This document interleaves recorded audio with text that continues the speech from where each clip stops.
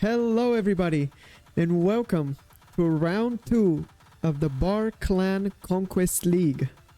Today we'll be having the pleasure of watching Pro versus APM Clan. My name is Slick Like Vic and I'll be your host for today, and right now I am joined by Zberg from APM. Z, how are you doing today? Yeah, I'm doing alright, thanks. You too? Yeah, I'm doing fine. Really excited for this series. So for all of the viewers that don't know how this is going to go, can you explain a little bit about how the games will go today? Yeah, sure.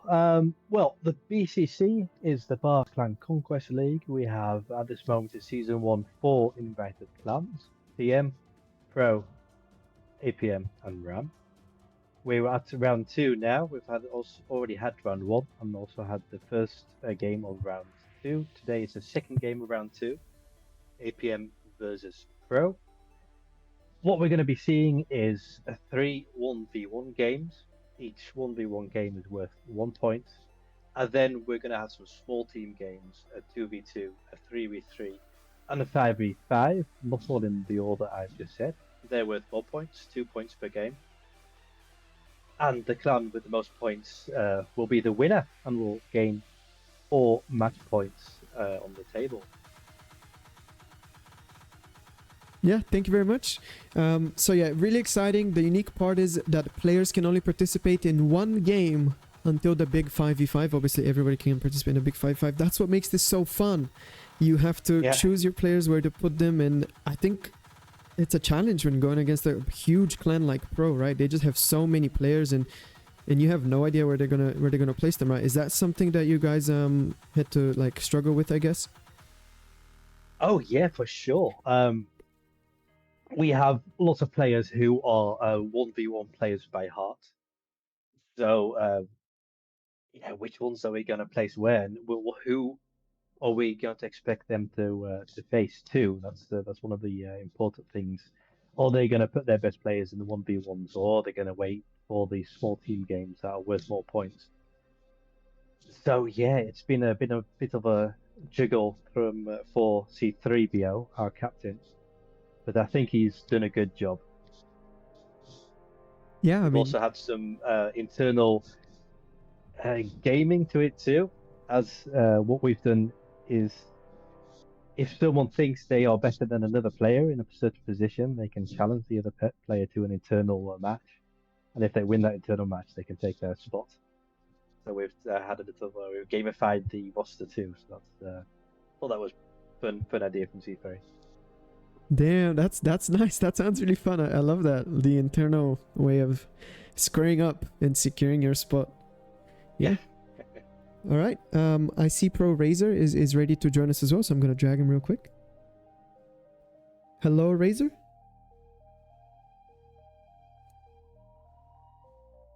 Can you hear me? Hello. Yes, can hear you. Yeah. How are you doing today? I'm good, thank you. Yourself? Yeah, we're doing great. Really excited for the games. Yeah. Yeah, we were just talking about how Pro is a huge clan with so many players, and you can't really predict where players will be placed or even who will be playing on the day. So, but it's also the same for APM, right? APM, I'm not sure which clan has more members. So, was it tough for you guys at Pro to predict who will play where? Yeah, absolutely. I think that's a big part of the clan league, right? Because you don't know exactly who's going to be playing where on the other team, and so you're trying to be strategic and sort of get some insight by looking at who's in which lobbies throughout the week preceding and that kind of thing. Yeah. We would do exactly the same. Trying to see who's been playing what map. A little stalking through the friends tab. Yeah, I'm sure it doesn't hurt. But yeah, I just want to say personally myself, I'm extremely excited for this series for 2 reasons. First of all, Pro versus APM, I think it's going to be the most competitive series we've had so far. Both clans, I would say, very close in skill. APM has been improving extremely quickly. I would say they can put up a really good fight against Pro. The games will be very competitive. I'm looking forward to them. And secondly, the maps. I mean, the maps are just really fun this time. Let's quickly take a browse through. Start with the 1v1 maps.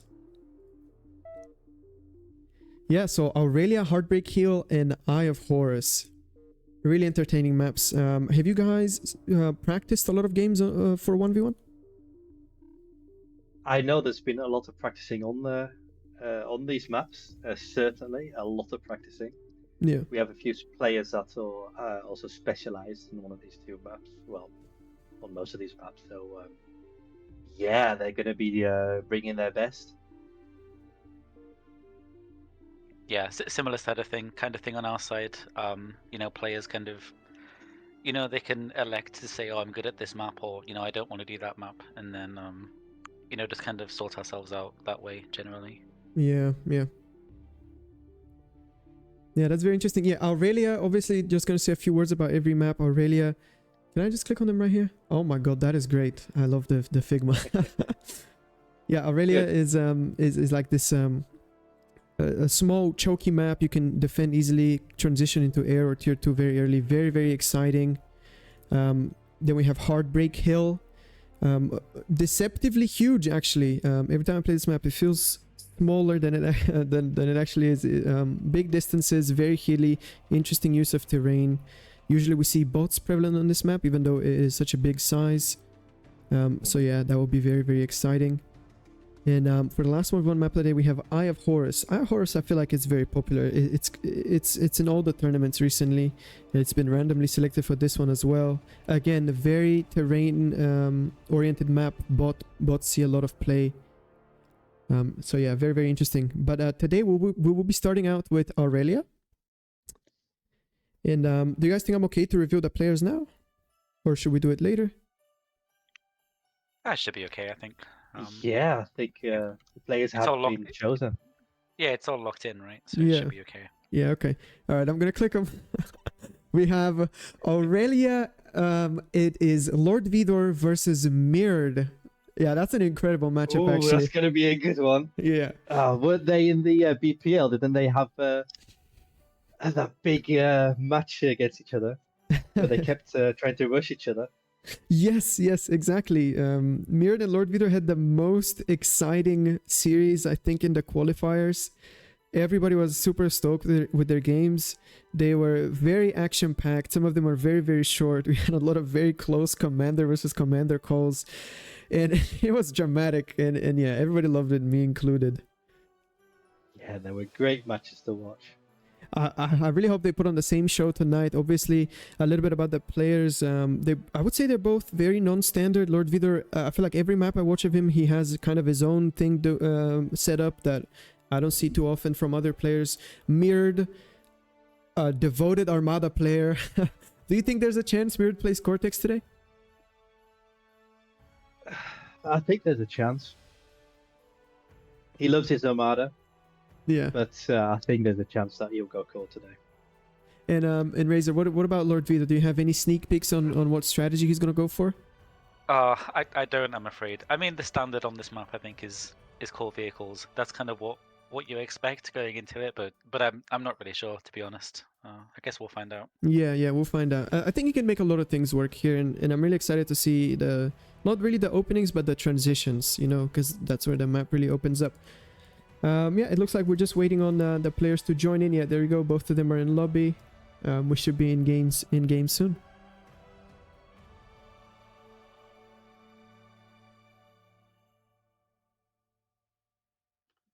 Just zooming in on Aurelia again. Obviously, it has a few mexes towards the right side, where the water is, right? So vehicles are popular for that amphibious constructor. They kind of unlock 6 mexes. If your opponent goes bots, they lose out on that.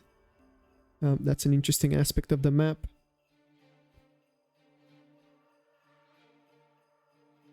Yeah, and that gives the bigger player a big advantage. The advantage that bot players would have over vehicle players is that the hills on both ends of the map, those 3 ones that you can see there, that bots can travel over them. Mm-hmm. And you can hide a tick or a grunt on top of it, and the vehicle player wouldn't be able to attack them. Yeah, a lot of harass options for both players as well. We also have this aggressive forward spawn that's possible. I don't know if I can draw, actually. I've seen Volshock draw. I have not unlocked that. My apologies. But yeah, there's also this aggressive spawn. The star boxes are quite generous, so you can also rush your opponent as well. Okay, all right. The players are asking for the green light.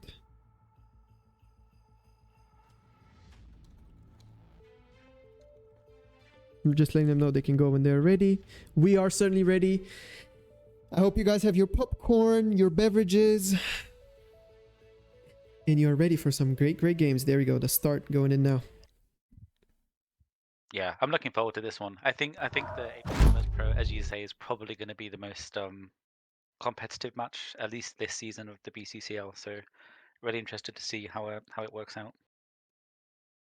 Yeah, usually when you're casting and the games are just beginning, you will ask the other caster for predictions, but it feels like you guys will just predict your clan winning, so not sure if there is much merit in that.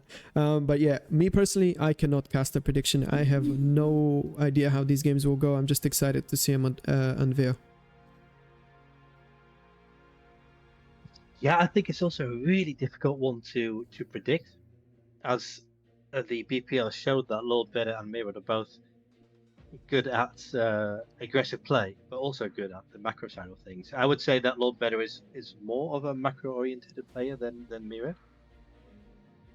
Correct me if I'm wrong about that, but Mirror has been practicing his macro a lot lately too. So it's a difficult one. Yeah, I mean, Mirror obviously plays the macro spot in the team games, but yeah, here we go. Exactly. The players spawning in. We have Armada from Lord Vidor, no lab queued yet. And from Mirrored, also Armada. So for the first game of the day, we have an Armada versus Armada matchup. A very unpopular matchup, I would say. Wow. Yeah, you love to see it though. It makes it more interesting, I think. Yeah, well, I wonder what they have cooked up. If there's something special that they're gonna bring today. A vehicle lab queued from Mirrored, only a 2 mechs, 2 solar vehicle lab build from Mirrored. Very interesting. Wouldn't say it's standard. Yeah, we have a blitz first on the queue, actually. Yeah, that is a blitz first, then 10 rover. Very aggressive build he's going for. Yeah, Vader's gonna see it though. I think with the tick, he's got a very early tick going across the map as well. Be interested to see how he reacts to this. Yeah, it will be very beneficial to have the blitz concealed until the last moment. Vidor obviously with the Armada bot lab.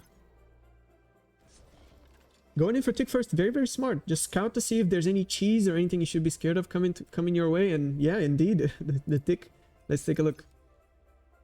Yeah, it does end up spotting the blitz. Does Vader see it? Vader does see the blitz, does see the rover. Yeah, okay, he is prepared. Now it's just a matter of responding to this correctly. And he's printing out pawns. I think that's the correct thing to do. Yeah, I would agree.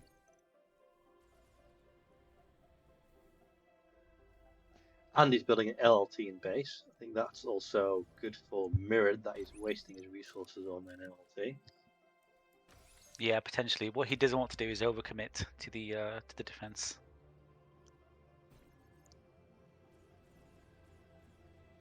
All right, the blitz and the rovers have arrived. It looks like they're just waiting to group up yet. Now they're going in. Is there a raider available for Lord Vidor? Yes, there is. He sees all of this happening. Pawns in position, LT in base. He's looking very secure. Yeah, I think you're right. I don't think we're going to see a quick end to this game. No, he shut it down. No commanders walking down middle for the moment. Yeah, and Mirrored has noticed this, so he's cancelled his queue of 500 blitzers, and he's stepping into a more standard form of play. No expanding constructors for either player yet. So there's not really, I guess with that type of open, you would looking to maybe snipe a con or slow it down, but there is no expanding constructor for Lord Vidor. He's just expanding with his commander. Obviously same goes for Mirror. 4 LLTs down. Yeah, that is I would say that this is a little bit of a mistake. Definitely overspending on defense, considering that the enemy army only has 1 blitz and some rover.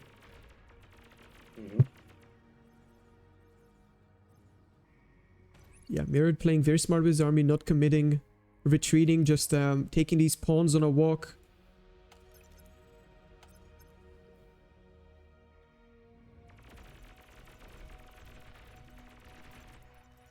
Tries to pick off one pawn, does not go through with it. But now he manages to get past with these rovers. Sadly, I don't think there's an opening. Yeah, everything is just full of LTs. There is no opening for these rovers to really do any damage. So he's just gonna be forced driving around in circles, while the pawns, on the other hand, are going in. Yeah, Mirrored back to printing blitzers now, but crucially, I think he's expanding without laying down LLTs, so he's actually getting faster expand here than Better is. Yeah, he's forced Veda to play defensive and over commit on the LLTs. So I would say the start is in Mirror's favor. A nice engagement here for Lord Vader. It looks like he's able to get the flanking damage on these blitz, get on top of them with the pawns. 2 blitz goes down, some pawn goes down as well. Nothing major though. Yeah, a nice trade for Vader there. Of course, Rex on the map is a good thing for the bot player because, you know, bots have access to res bots, the vehicle lab does not. Yeah, certainly.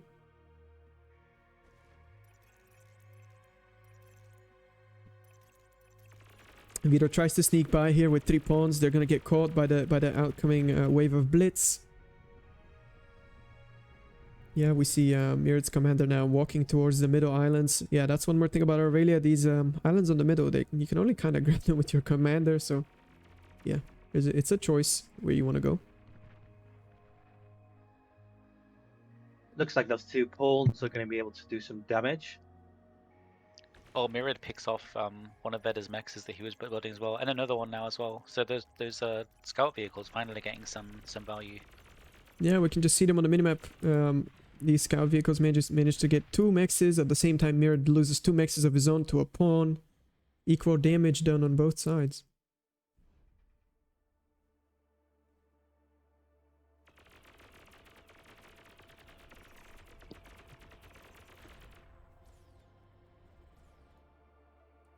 A big counterattack now forming for Mirren. He's got 6 blitz on the south side, basically already in Lord Vidor's base. He's gonna try to engage as Vidor is changing to a vehicle lab, so kind of it catches him out in an awkward moment. Is he gonna be able to find this con? It looks like Mirren backs out, instead chooses to just take these two mexes and kind of play it safe.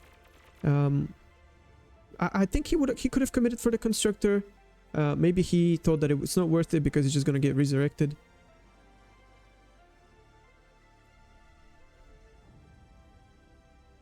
Yeah, I think you're correct. Losing a con isn't as big a deal as a bot player as it is his vehicle. Yeah, sizable possibility that he could have lost all those blitzers too if he did that. Yeah, I'm wondering if these LLTs are going to get any value at any point. Not yet from Veda, but perhaps later if Mirror tries to push in with a handful of blitzers or something like that. I'm just looking at the bars at the top. It looks like there's quite a hefty advantage for Mirrored currently in metal and army value. Yeah, it looks like Mirrored managed to expand a little bit more efficiently behind this. Obviously, he didn't have to drop LTs as much, so look, he even made it to the middle quicker and locked it down with 2 torpedo launchers. There's no way for Lord Vidor's commander to even get close to contest that area, so that's 2 more secure mixes for Mirrored. Plus he has an air lab queued after the couple of wins.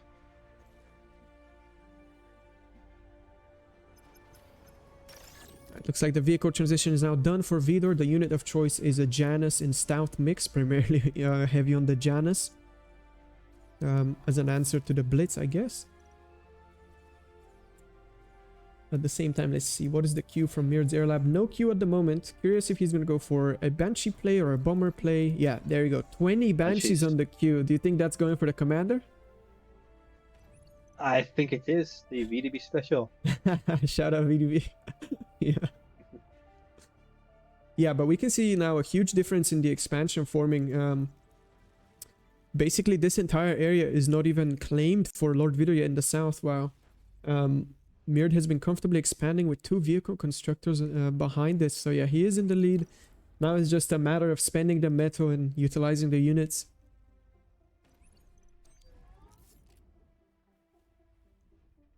Yeah, I'm a bit worried for Veda right now. Those gunships being produced in the back, and I don't suppose he's sensed it yet, really, because you know, there's enough going on around the map that I don't think it seems suspicious at this point.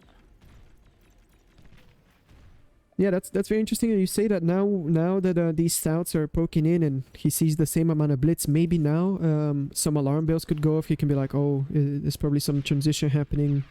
Yeah, I was thinking that just as he saw the LLT wall, that's where you might start to think, you know, what's happening here. Yeah. No new army coming in. Defenses Although he going doesn't up. seem to be reacting. Oh, wind goes down to 3, and that's the exact moment Lord Vidor chooses to engage these LLTs. They're not really utilizing their full DPS, can't really shoot with no energy.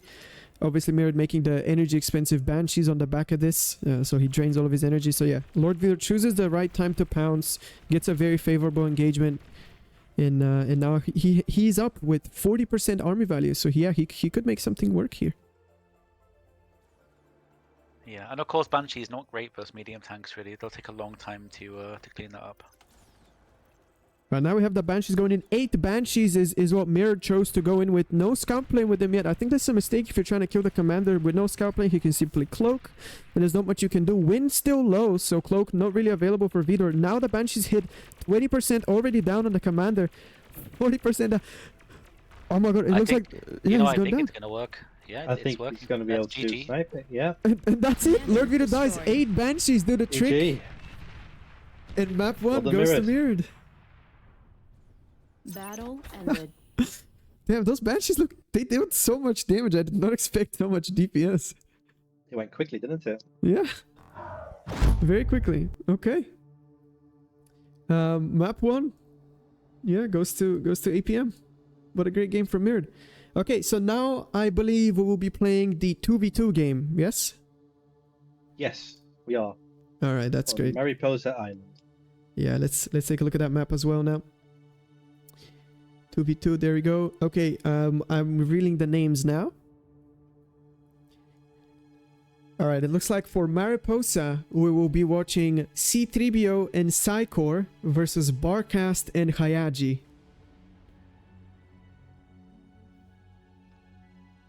Really like this matchup. I'm really excited That's to see... going to be one, yeah. Yeah, really interested. Psycor obviously primarily a team games player, Hayaji primarily a team games player, and then we have Barcast and C-3BO primarily 1v1 players, so we've struck a nice balance there. Mariposa Island, very interesting map in my opinion. I love it. I had the pleasure of playing this map 2v2 last week on our round of the BCCL. And yeah, I think it's a very dynamic map. There are 2 big strategies that you can choose to go for, and the map goes develops completely differently depending on which one you choose. So many things to fight for. We have the mexes in the sea, mexes on the land, huge map. I think it's going to be very exciting. Yeah, it's potential to be quite a long match, that one. I certainly hope. I think... Yeah. Sorry? No, Yeah, go. certainly hope so too. I think on our end, FlyingDuck is going to be casting this match, and I will be saying goodbye. And before I go, I do want to quickly mention the Sigma tournament that's coming up in January. That's going to be a great tournament. 6v6 random maps, maximum of 12 teams that we're going to be allowing to participate. And yeah, it's going to be a hell of a match at the end of January. In the club is the big brains behind this one.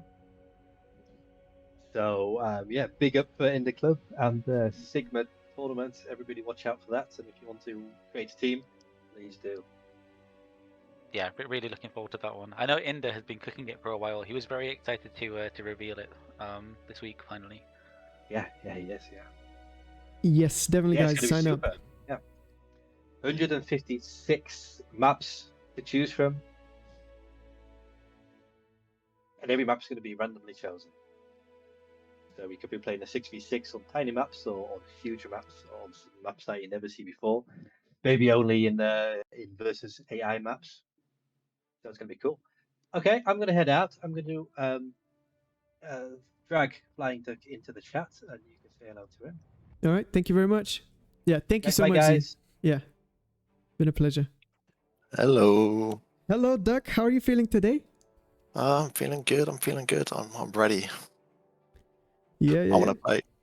Did you get a chance to catch the last game? I'm still watching it. Oh, yeah. Of course. I just missed it. What happened? I saw Mirrored building Banshees. Yeah, Banshees I'm happened. hoping Yeah. it worked. Yeah. Nice. That's my boy. Yeah.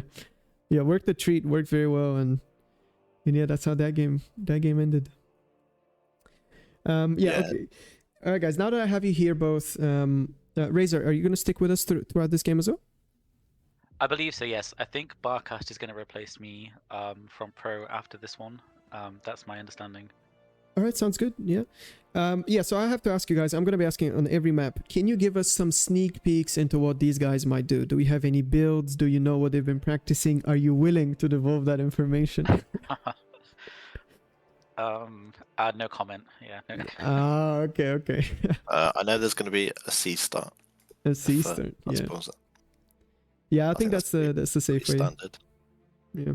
Yeah. What's the password? Oh, I actually don't know. Razor, do you have the password, please? I'll give him one. Is it I'm not actually sure. You know, when I joined it, it just let me. I don't think it made me put in a second password. Is it BPCP? That sounds about right, yeah. Don't say it out loud, please, guys. Oh, yeah. sorry, I've created a new lobby. And, Right, no one can understand my British accent, so I'm sure it's fine. Yeah, it's fine. Nobody heard anything.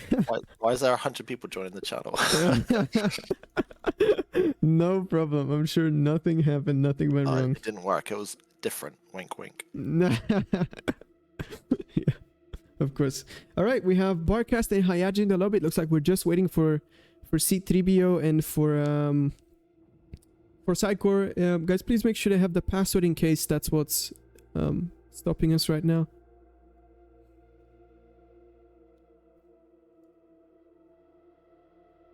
I've And given it to them, so they should be joining soon. yeah, okay, great. Sounds good.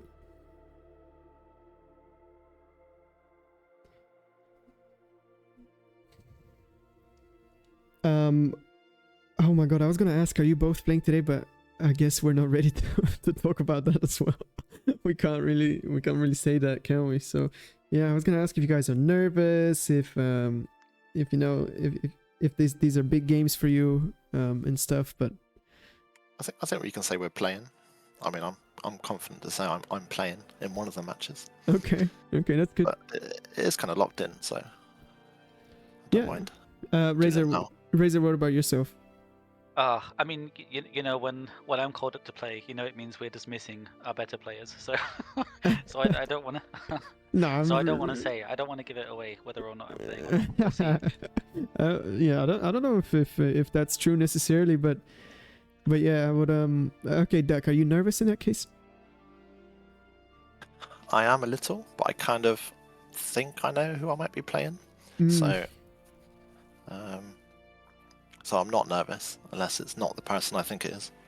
So I've been able to prepare against that person in secret. That's just who I think it is. I think you just gave away that you're playing a 1v1 there, Duck. Maybe I'm that confident. I don't mind giving it away. I love it. But yeah, I love how that's such a huge part of this is the mystique. You have no idea who you're going up against, and 1v1 especially is like, you benefit so much of knowing your opponent, how they play, what they go for, the strats they're comfortable with. There's this psychological factor is so fun about this tournament, and I love it.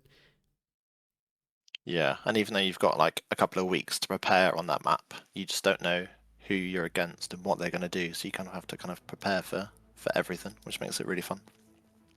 Yeah, and some maps kind of have like only one best strategy going for them, but some maps don't. I personally believe that Heartbreak is a map you can kind of get wild with a little bit later into the game. I hope we see that today. But yeah. Yeah, Heartbreak's a fantastic map. I think it might be my most played 1v1 map, you know. Either that or Acidic Crack, I'm not sure which. Yeah, I love Heartbreak as well, personally. One of my favorites, yeah. All right, just waiting in on the final moment. Just waiting for one more player to join the lobby. C3BO. He has the password, right? Yeah, I've sent it to him. Okay, that's good. That's good. Well, if not, he could always just get it from the stream. So I've already been told off by my teammates for giving up too much information. Really? and probably the password of the lobby as well is probably too much information. So I'll rein it in. I'll just talk about the match and what I see. I find it very difficult to lie. I'm like a very truthful, and I just find it's easier to be truthful about everything, but it does get into trouble when you need to keep a few secrets. Oh my god, now you're gonna get all of the pro guys in your private messages just Yeah. just trying to who's playing the 5v5 duck? Drop the list. It is broken up. I can't say. C3 is apparently his internet's just died, but he's trying to get back on. Oh, that's a shame. That's a real shame. It's no problem. I'm sure it's no problem. We have a couple minutes to wait. I hope he can get it back up, restart the router and all that. yeah, that is unfortunate. If he's not back in 1 minute, do we go 1v2? That sounds like a good idea to me. We can just Let's see if we got a backup just in case.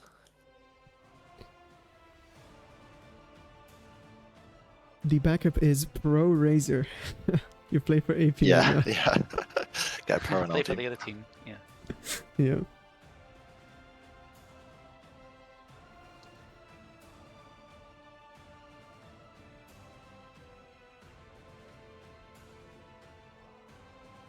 Yeah, while we're waiting, I guess we can just talk about a little bit more about Mariposa. It's a very unique map in the way that all energy sources are kind of mediocre. You have 6 to 12 wind, which is not great. The tidal is at 15, not great. All of the geos are on the midpoint of the map, so obviously very hard to contest, not really possible to rush out. And then you have a lot of trees for energy reclaim, but that means you have to go bots on a big flat map. You kind of have to pick and choose. When I was playing this map last week, our strategy was to make tidals. We chose that to be our main energy, but that has its own drawbacks. You know, if you don't go heavy on the ships, you can lose them all. So yeah, a lot of choices here to go for, and it's definitely a challenge, worth solving. Obviously, you can always just go full solar and brute force your way through the land, and we'll see. I think Barcast and Hayaji have cooked something specific up. I think Barcast strikes me as the guy to kind of cook up a more precise strategy that kind of has everything laid out for the first few minutes.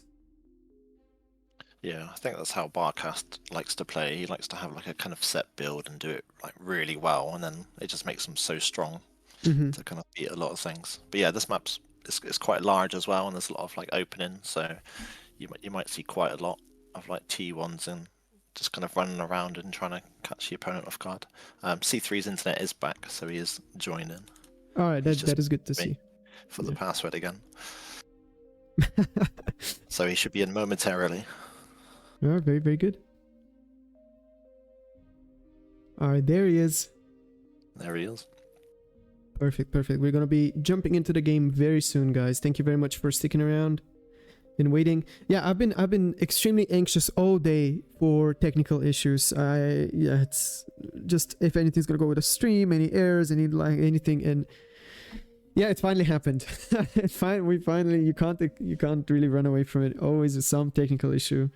I hope that is it, and it's smooth sailing for the rest of the day. Yeah, no server issues, no more internet disconnects. Let's just get this going. Yeah. I've not seen Hayaji play that much, so I'm not sure what his kind of play style is. Yeah, I think he's he's pretty new to tournaments. He only joined the clan recently, and I think prior to that he wasn't really like a big tournament player. Although he's a strong player, of course. So interesting to see how he does, how he performs. Yeah, good to see how he deals with the tournament pressure, because that took me a long time to kind of get through. Fight nights were really good for getting over that.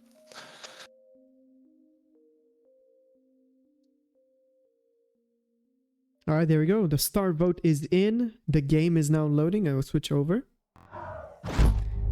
And yeah, all right. The excitement for me is where people will start. That first minute when I see the commanders go is very, very, would be very interesting. I think that defines most of how this map will play out. So let's see. Obviously, there are two big ways to play, right? One person sea, one person land, or both land. We'll see what these guys chose to prepare. Yeah, because I think in the pro match versus TM, they chose not to go into the sea initially, which see if they do the same.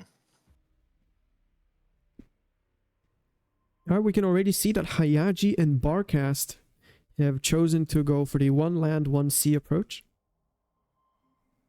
Yeah, I think it's a standard way to go, right? You kind of just contest all mixes of all types, and you're ready for anything.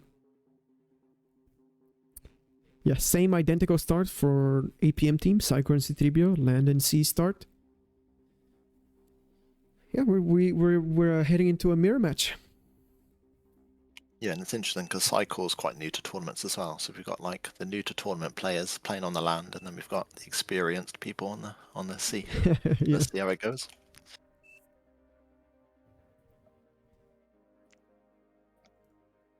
I like that from Barcast. He says, how can the enemy know what we're doing if we don't know what we're doing? Cooking live, zero prep. Interesting.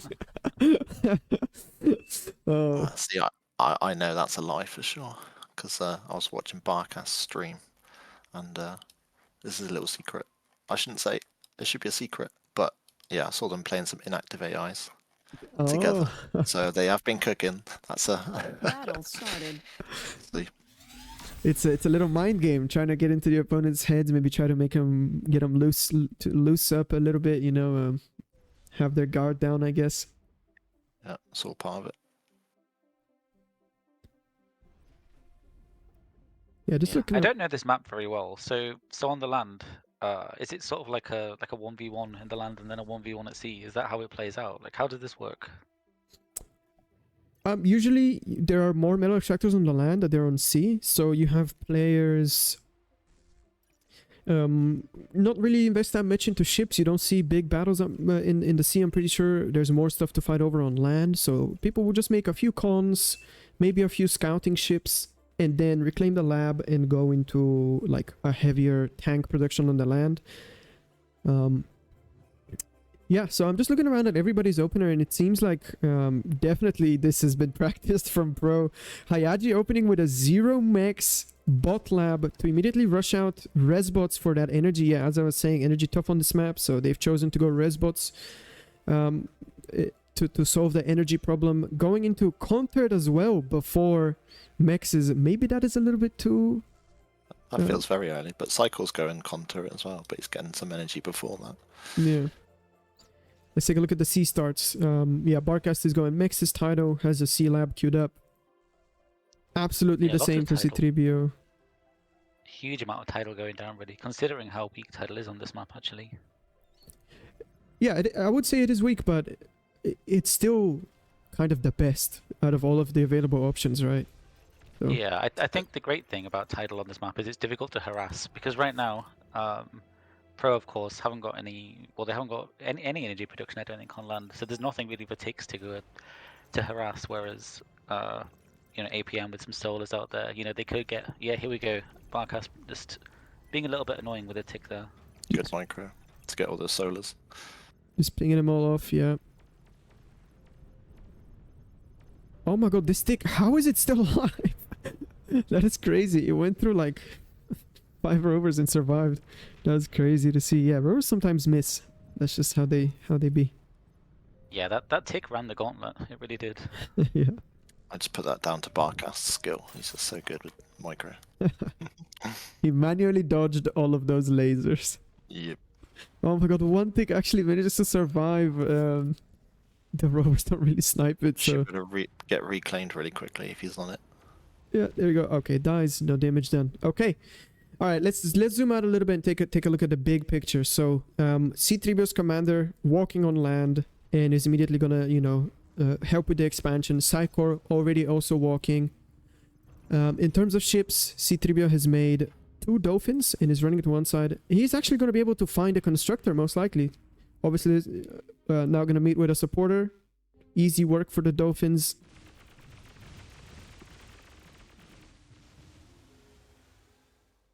Yeah, putting Yeah, a bit of extra pressure on the sea. Yeah, And, the good news for Pro is they saw that coming though. Yeah, that is true. Barkas has plenty of time to react, and we see him pull back the Constructor, go into a little bit more supporter. Correct reaction. Yeah, very good. and the tick's still finding a little bit on APM side. Yeah, it looks like APM are about to lose their vehicle con. So that's not ideal. But I did notice that Pro just lost a reclaim Reza on the other side of the map, so Yeah, so many things to look at. All right, there we go. The Dolphins finally managed to make it to the enemy side of the map, but they get caught up very, very well from Barkas pouncing on like this with 4 supporters, completely melting down a Dolphin. I was surprised how one-sided that trade was. Honestly, I didn't realize it would it'd go quite like that. Yeah, Dolphins are good. They're not that good, so yeah, they die when surrounded. Yeah, there you go. Both Dolphins go down. And Barkas can resume safely expanding now.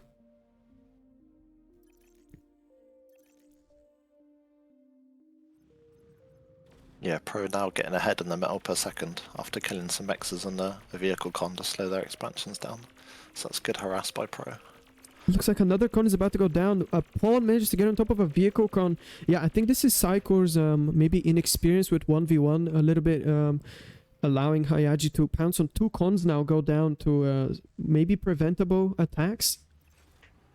Yeah, that was a bit painful. Hayaji has been practicing his 1v1 lately. I know he's started playing this last few weeks. Yeah, it's definitely showing he's able to kind of multitask the front and his base very well. Very, very commendable. Yeah, I've been very impressed with Hayaji. He told me actually when he started playing, he dropped straight down to 3 OS, and then after that obviously he shot up to like 60 OS in large teams, which is is an incredible feat really, given how things started. Yeah, that's very good, especially doing it like that quickly. Another raid from Hayaji. He's absolutely unstoppable this game. 2 ticks, make it into the backside of Psychor's base. 3 mexes with no LTs on them. Perfect prey for the unanswered ticks. They managed to get 2 mexes before dying. At the same time, we have some pawns running in here, but there are laser towers available, so they should not be able to do much damage. On the bottom left, oh my god, this is action-packed. A constructor goes down for C-3PO because supporters managed to pounce on top of it. Right, this will be cleared off. Yeah, another sea constructor under fire, but I think that torpedo is just going to save it on the right side for APM. Oh, just Yeah, barely. I mean APM. I think APM are doing great in the sea. I don't think they're doing as well on the land, but I think they're outproducing Pro on the sea at the minute. So a bit of asymmetry there with the where people are throwing their efforts. Yeah. When do you think T2 will come out? Do you think that'll be soon? Nah. Or do you think there's still going to be a lot of pressure, a lot of T1? I think there's a lot more you can do with Tier 1. I think the Tier 1 stage can comfortably go on for at least 3 or 4 more minutes before we even start considering Tier 2. Just such a big map, so many openings. Yeah. Yeah, Hayaji again, slippery all game, manages to sneak through with 3 pawns. Not sure if they will do any damage, but it's that constant APM check, constantly having to chase things that are running around in your base, changing direction. It's very, very tough. Yeah, Barcast, running around with some pawns and incisors at the top as well. I think the LLTs are starting to pay off though now for APM. That's kind of zoning these little irritating units out. Yeah, lock down the area. Keep you safe. Feels like a bit of a mistake, but C3's got construction ships on repeat. I think that's maybe a bit too many. He's got 1k metal in construction. Oh god. Yeah, maybe did not really intend to. Big engagement here on the left. There are 2 torpedo launchers available for the defense, but 5 dolphins for C-3PO. I think the dolphins can brute force this defense and kill all the torpedo launchers, kill the con. Yeah, everything's gonna go down here. Sadly, or I guess fortunately, depending which side you're on, the mexes cannot be raided. So yeah, that is the unique thing about sea. Obviously, you need the special type of unit, the submarine or the destroyer, to kill metal extractors. So raiding with ships, I wouldn't say it's that beneficial. But if they can obviously get into the back line here and maybe harass some of the tidals, that will be... Yeah, I think they may well be able to. I just realized Pro have reclaimed their sea lab, so no sea lab for Pro. They're relying on torpedo launchers for defense purely. Yeah, this one con making torpedo launches. Not sure if it's going to be on time. I'm going to have to switch the camera though to this big engagement in the middle. It looks like Brutes and Pounders are finally available on the map. Commander destroyed. Oh my god, a commander died? E3, yeah. Walked into Centurions and LRT. Oh, that is unfortunate. Yeah, a commander going down in 2v2 is very, very bad. That basically seals the game. It's so important to keep your comms alive, and yeah.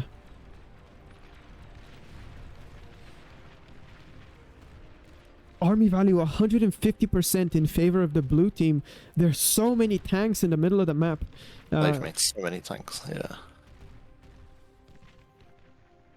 Kind of incredible. Just quickly checking back with the Dolphin. It does seem like he got some damage, but not really anything major.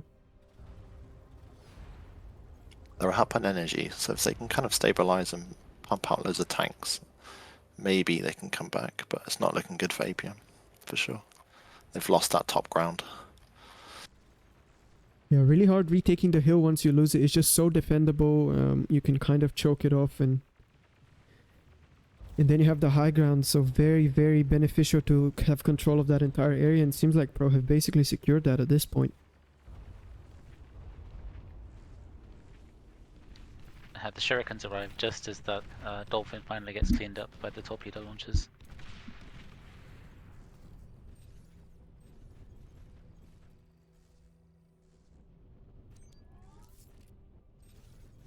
Air lab going down for APM now too, so gonna be interesting to see how the air labs are used. Nice little pounce here by C3, he manages to kind of grab a few stouts in Janus as they're getting stuck on the hill vehicles. Very, very clumsy around hills sometimes, but is now forced to retreat, obviously, because the army value slider is just too vast. Like, it's kind of impossible to take fights when you're 85% behind in army value. You kind of just have to pray that your opponent takes a really, really bad engagement or gives you enough time to catch up. Hayaji now going in, realizes he has so much more army. This front lab is so exposed. D guns from the commander as well. He's even assisting the offensive. Yeah, APM need Pro to kind of overextend, but they need to win the fight. I think Pro are just pushing, and they seem to be just getting better engagements. Yeah, Psycho's commander somewhat in danger here. Actually, there's a load of brutes around it. He needs to be careful. Yeah, he's doing the right thing, putting his own units between that brute ball and his commander. But Pro just seem to have good momentum now, don't they? They seem to be pushing forward, and they've got all the mexes behind it. Yeah, I think I'm not sure if there's an answer for this big of an army ball coming in. The Pounders are doing a very good job, certainly, but the resigned vote comes out now from Psycor.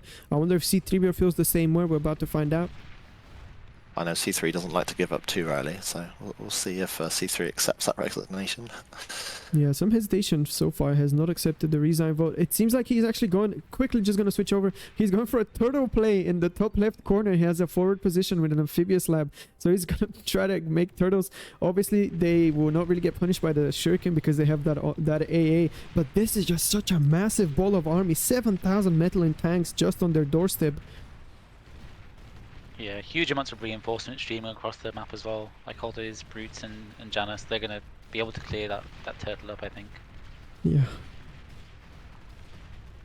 I mean, the Janus and the Stout, they've arrived at the front door. There's no answer left anymore. All of the Pounders are gone or out of position. The lab is exposed. I don't see what Psycor can do to really handle this. These turtles have to put in real work to equalize this game. Yeah, still having said that, there's a large amount of APM's economy in the sea, not on the land. That's... Yeah, but they've lost all their build power and they're losing both their vehicle factories, so that's going to set them really far behind. But the turtles are putting in good work. Yeah, they're putting good the work. resign boat passes. There we go. Yeah, GG's. GG. Yeah, well played, Pro. Yeah, really good effort, and yeah, very, very fun strategies from very fun opener from Pro. Battle ended. Oh, and the cow for Hayaji. He'll be happy with that. Yeah. Yeah, he played really well, especially the tick micro right at the start. Did a lot of damage. Yeah, I think this was an absolute highlight of the match when just how much damage Hayaji managed to get early on, and that just snowballed into such a massive army advantage. Getting 2 cons, 1 con with 3 ticks, another con with 2 pawns, or 1 pawn was it rather. Yeah, just amazing early pressure, taking all gaps that he can find, and that resulted in a lot of a smoother game later. Yeah, very well played. Yeah, it looks like Barcat's going to come replace me now for the pro side of the co-casting. So thanks both. Good luck with the rest of your games, Duck. Yeah, thanks. Catch you later. Goodbye. You too. Yeah, thank you very much, Razor. Yeah, it was a pleasure to have you. Okay, it was a pleasure, Slick. I will jump off as well. All right, yeah. Thanks for letting me co-cast. It was a good game. Always a pleasure, Doug. Thank you very much, and good luck on your games. Thank you. Bye. Yeah. Hello, Barcast. I hope I'm coming through loud and clear.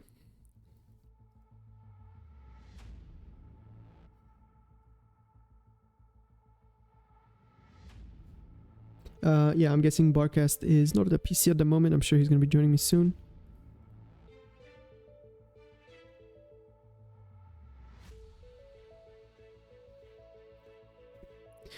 But yeah, okay, so next game is actually not decided as far as I know. It depends on... it was a timing... There was a little bit of a timing issue. I know, like... Hearbreak Hill is supposed to be next, but the player from Pro can't do it too early, the player from APM can't do it too late, or something like that.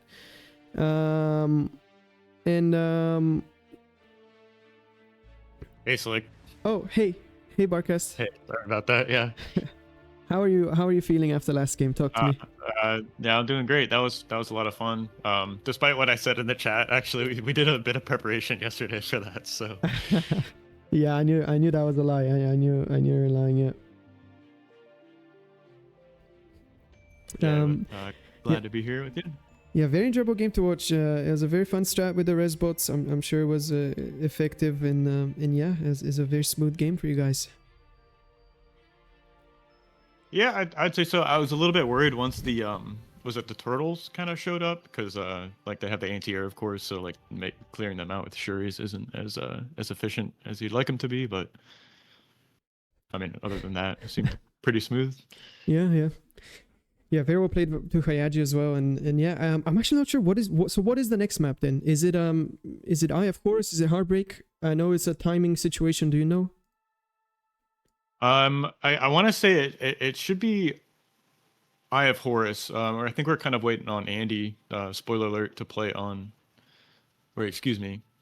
Yeah, Heartbreak Hill. So okay. Should be Lapak on Eye of Horus. So. All right, I'm going to go ahead and reveal the names. Yeah, exactly. So FlyingDuck and Lopatka are our contenders for Eye of Horus.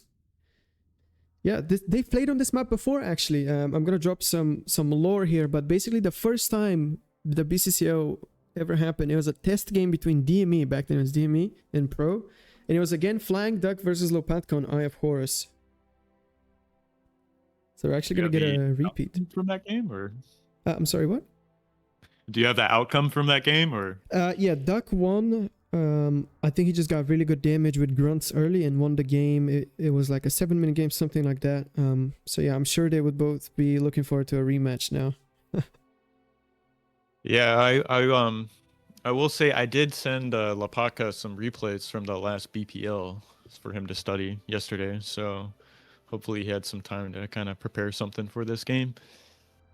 Oh, okay, interesting. That is good to know. Yeah, I've been asking everybody if they can drop some information about how players practice or what builds they might go for.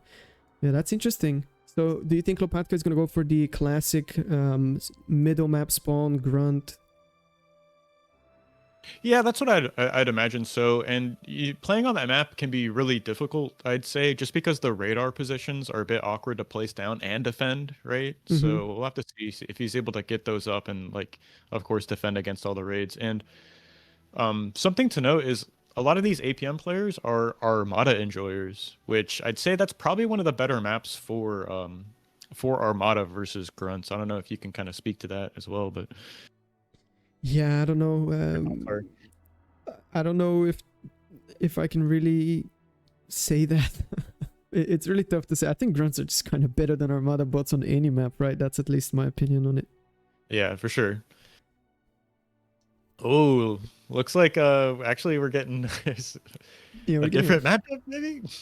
Yeah, we're getting a switch up. It looks like the timing thing issue I was talking about made it so they had to switch maps. So we're going with Hearbreak Hill now, and revealing the names for those, we're gonna see Randy versus Heavywater. Damn, so Randy is playing a 1v1 this time. Usually he doesn't, right? Usually he jumps on the team games because they give more points. But now we see him on Hearbreak Hill. Can you speak to that a little bit? Yeah, there was a bit of discussion internally on Pro about, who is going to be playing it, because playing in the 1v1s, because I'd say we have more 1v1 players, or like good 1v1 players, than there are maps to be played on. So I think this time around I ended up deferring to playing the team game with Heaji, so that means we got Randy playing in the 1v1s, which I'm super excited about. Yeah, Randy, obviously, fantastic player. 2-time BPL finalist, Season 6, Season 7. And yeah, last time, a very entertaining win. Just not so long ago on BPL 7. Now, I'm sure he's going to put on a show for us on Heartbreak. Do you have an insight into what build he might go for? I haven't seen him play recently on this map, but from what I know about Andy is he doesn't like to play. It's not that he doesn't play standard. He'll just do different things every time, right? So whether or not he plays like Cortex or Armada could be up in the air. And then also I'd be on the lookout for maybe like an off-meta starting location. That's something he likes to do on this map as well. So pretty excited to see what he chooses to go for here. Yeah, I'm hyped. I have no idea what Heavywater might go for. They're both in lobby now, readied up. I'm sure we'll be starting in just a few moments. A personal favorite of mine is players making salamander from the pond. I would love to see that. Maybe it's a stretch. I don't know. No, we saw that a lot. I don't want to say recently because this map hasn't been in any tournament pools recently. But when the meta was developing on this map, that's exactly what we saw on that little pond on the. I guess we're on each player's respective side. You can fit a nice tidy amphib lab in there, get your build power next to it, and then go for the salamanders, like you said, which are super good in that early mid game, or excuse me, and during that T2 transition where you have a bunch of T1 units out. And of course they're excellent at moving across the terrain. We see all the hills in the center of the map, so very good mobility, very good at kind of skirmishing with all the T1 units you end up building. So maybe perhaps we'll see that again here today. Yeah, super excited. Okay, lobby is in. We are in the game. Let me switch over to that. And there we go, we are in. Standard spawn locations from both players so far. There are some alternative plays, right, where you can spawn on that high ground and walk with commander really early. Yeah, don't see that too often. I want to say the players I've seen that do kind of off-meta strats would be like Andy, Teddy, I guess Ragna even, back when he used to play, would go for some pretty interesting light tank all-ins. You just make 5 light tanks and kind of throw them at an angle where you typically don't have a scouting unit to see them incoming, so you can kind of catch your opponent off guard. But a bit all-in and risky, I'd say. Yeah, very. And in this map, just the terrain just screams bots early game. Yeah, at least to me. So yeah. I will say I was a bit of a commander drop enjoyer on this map as well back when that was going on. Players kind of make the lab right there underneath of that hill, so you can kind of get away with it. But happy to say they've patched that out of the game, or balanced it out of the game, so I don't expect to see any of that. Yeah, we don't see it in 1v1 ever anymore, really. Would be very interesting if somebody still chose to do it. But yeah, random faction selection from Randy, that is risky. I feel like, I don't know, what if you have to play pawns? Is he comfortable playing pawns? I'm sure he is. Battle started. You know, you do have access to the Centurion at some point in the match. They are very expensive, right? So it's kind of hard to get those out versus the grunts. But I'm still not really sure how to play Armada bots against Cortex bots. It seems like there's just like a few players who kind of know how to do it. It's kind of beyond me at this point. I'm not sure exactly how to do it. Yeah, same. But luckily, Randy did score Cortex. I'm sure he has a sigh of relief seeing it, or not. I don't know what goes on in Randy's head. To be honest, he's a very mysterious man. But yeah. Yeah, see both players spawning Cortex bots here, presumably. Pretty standard. Yeah, bots for Heavywater. I think the maybe the questionable thing is if we're going to see a commander expand versus commander staying on the lab. I'm not sure if it's decided what is meta on this map. I've seen both, and to be honest, they both seem to work pretty well. I'm going to keep an eye on that. Yep. I'd say if we do see that, a lot of times you see the commanders head to like top mid or bottom mid just to kind of secure those mexes and that position. You know, there's 4 mexes there, and then of course, like having that position, everything behind it, so to speak, is protected just by nature of having that forward position. So could end up seeing commanders head that direction.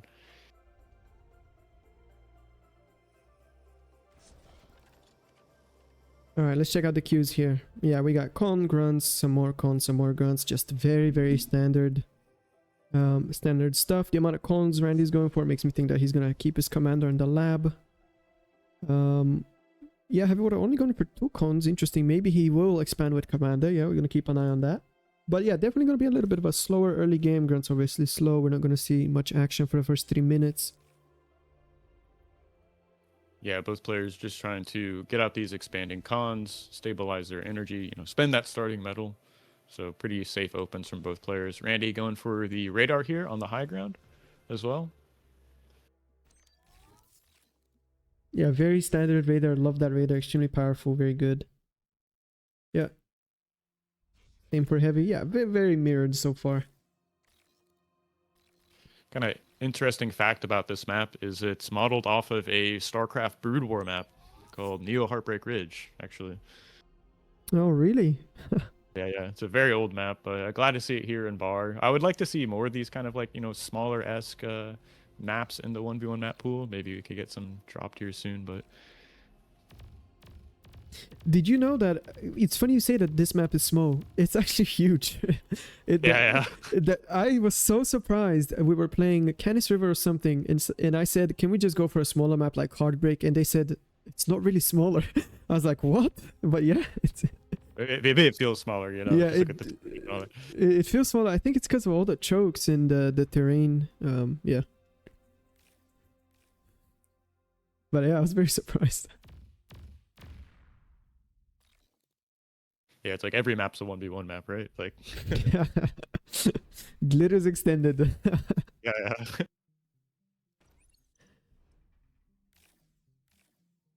You see interesting movement here from Heavywater. He's got a pretty big commitment of grunts heading along the south side of the map. I think Andy does have tabs on this. You see he's just kind of scooting the grunt back. So should be aware these grunts are coming his way. He's going to have plenty of time to, you know, rally his forces and kind of defend against that.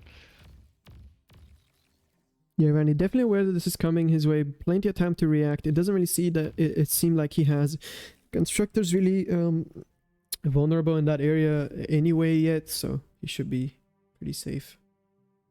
Yeah, super even game so far. Both players looks like have 2 expanding cons, I believe. Maybe. Yeah, there is another one from Heavywater. There we go, heading up along the right side of the map, expanding. And that was really interesting from Heavywater. He made this radar, and then I guess we didn't keep track, but the con went back or something. Now it's going back up. Yeah, I'm not sure what happened there, but yeah, very interesting. Yeah, I'd say this map, given the terrain, it's a bit more technical to expand on and not so straightforward as far as like, you know, optimally expanding goes. And of course, there's also some very important radar positions to get. Kind of the shot we have now, that little forward hill we see, a great spot for another radar as well. So I would be surprised to see both players kind of going for that as they, you know, expand along that side of the map.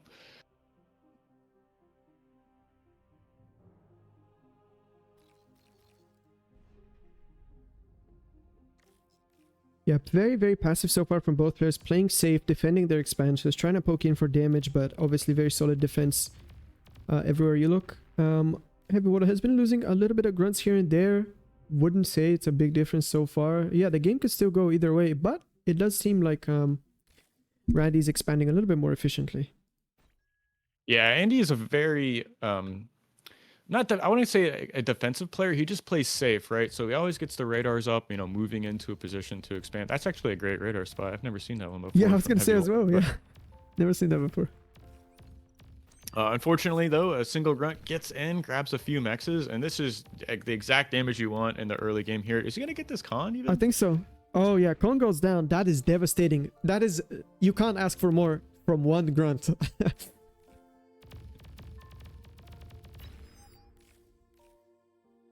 Yeah, I didn't mean to ping there.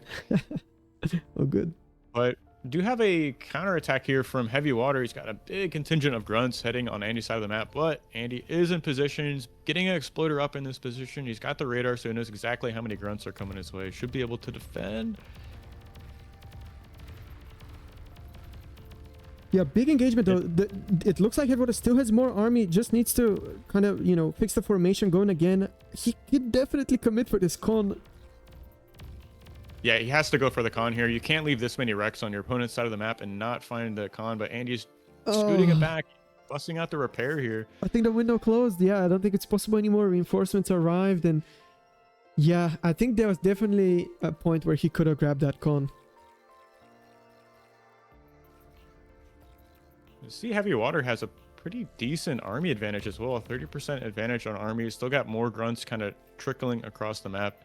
Andy kind of splitting up his forces more towards the top side, but this is definitely still a point of contention here for the blue and red player. Is he gonna go back in? Yeah, he got a very, very big reinforcement coming back, and if he can catch Randy off guard with a better formation, yeah, his grunts are way closer together. He can get a favorable trade at least at the beginning. Randy obviously reacts. But this is looking really good for Heavy. He has so much more army in this region. Will the Exploder go up on time? Just exact second. Randy needs it. The Exploder comes up. The con survives, but the grunts choose to go in. Yeah, I think he's going to end up getting sandwiched here. You can see Andy moving all of his grunts from the top side of the map, trying to cut off this wave of grunts. Is he going to be able to get behind this pawn? He could find some economic damage if he's able to rotate behind all these wins, but it's going to be close. I think it's on the map. Randy's... No, he chooses to go back. He definitely could have went in. Obviously, he doesn't have all the info, so it's easy for me to say, but he chooses to retreat. I think there was a window again for Heavy to sneak in there and kill a bunch of economy. Randy's eco obviously clumped up. He's going to trade out some more grunts here. Actually ends up finding a few mexes, but Andy seems to be able to defend against this. Now, 4 grunts sneaking in your main. This is not ideal. Yeah, Heavywater doing really good on these raids now. Yeah, manages to get 1 more mech, so that is 3 in total. Grunts keep moving in. At the same time, the South Grunts also find their way into the base. Oh my god, what is going on? Randy is showing cracks. Yeah, huge damage coming out of Heavywater here. He's getting on top of these wind turbines, finding a lot of value. This is exactly what you need. You can't leave these wrecks on your opponent's side of the map without finding a lot of economic damage, and that's exactly what he's doing here. Yeah, I think that was really good damage. Yeah, obviously now the grunts get squashed. One is left, but it will go down as well. And the attack seems to be mostly over. There is a reinforcements of grunt coming in, but I think they will be stopped before they can really get some damage. But I don't know. Now we have to ask the question: was the damage worth the wrecks? And I'm not sure. Yeah, we'll have to see. Behind it, Heavywater is expanding. You can see it on the map. You know, he's got a con still heading up the top right side. He's already moved forward to the bottom mid section. He's building an LLT there. So has tons of pressure on any side of the map. That's just letting him, you know, kind of expand freely on his side. But like you're saying, is this enough economic damage to justify the amount of wrecks that are all over Andy's base right now? Yeah, Randy made a switch to thugs at the moment, and I think this is just going to allow Heavywater another window. He can sneak in again with grunts. Thugs can't really respond and chase them as effectively. Con will go down, right? Yes, Con goes down. Damn, Heavywater keeping on the pressure. He just needs to remember to spend the metal, as he's soon going to start accessing. Wind has been pretty terrible, to be fair. This is kind of spiraling out of control for Andy. There's still 2 grunts in the backline on top of the wins right now. I think that whole clump might end up going down. And like you said, both players having a tough time spending all of this metal. So he really needs to put down some solars and try and stabilize in this position, make it the red spots out. But yeah, more wins going down. Oh my god, all of the wins going down for Randy. Obviously he kind of famous for always making that that line of 2 touching the wind array. So yeah, kind of easy to space efficient, but easy to chain. Heavywater manages to get on top of that. Both players really struggling on metal though.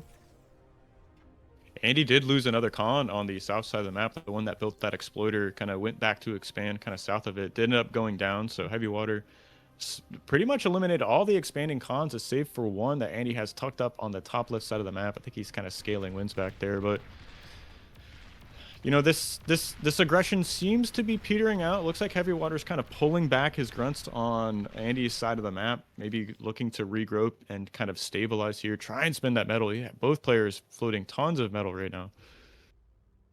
Yeah, I mean, if Heavy's pressure has been great, he's achieved so much. I don't think it's a debate anymore if the damage was worth the Rex. It definitely was. But if he was on top of the spending, he could have probably ended the game by now. Now he's kind of giving Randy a chance to climb back. And if one person can do it, it's Randy. Yeah, and Andy is the type of player who just will not concede the game until it's well and truly over. So there's still plenty of game left here for Andy. Needs to get his thugs in position, actually, because I think that radar went down from him on that high ground, so Heavywater is able to kind of push forward here. If he runs over that hill, he could probably do a lot more damage, but you know, he doesn't have the omniscient caster vision as we do, so just choosing to kind of play it safe here and not go in for the attack. Yeah, I mean, I think it's like obviously not going for the base. He has the option to go for the base, but going up here is not bad at all as well. He has enough grunts to overpower these 2 LTs, and he's going to get so many mixes. He's going to get 6 mixes.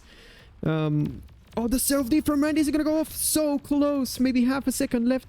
Second self-D queued. That one, it will go off, but sadly will only kill 1 grunt as Heavywater's positioning was good. Split off, kill the con, and now only 1 laser tower stops him from killing 3 more mixes. Very good raid. Yeah, and there's a couple extra wind turbines there to add some insult to injury. It looks like, yeah, Heavywater is going to stay on top of the pressure here, send these grunts in. Should end up clearing out this expansion.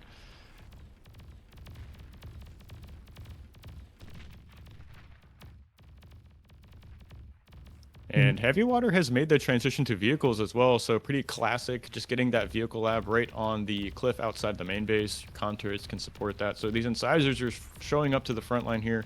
They trade so well into grunts, but looks like Andy does have enough here to kind of fend this off.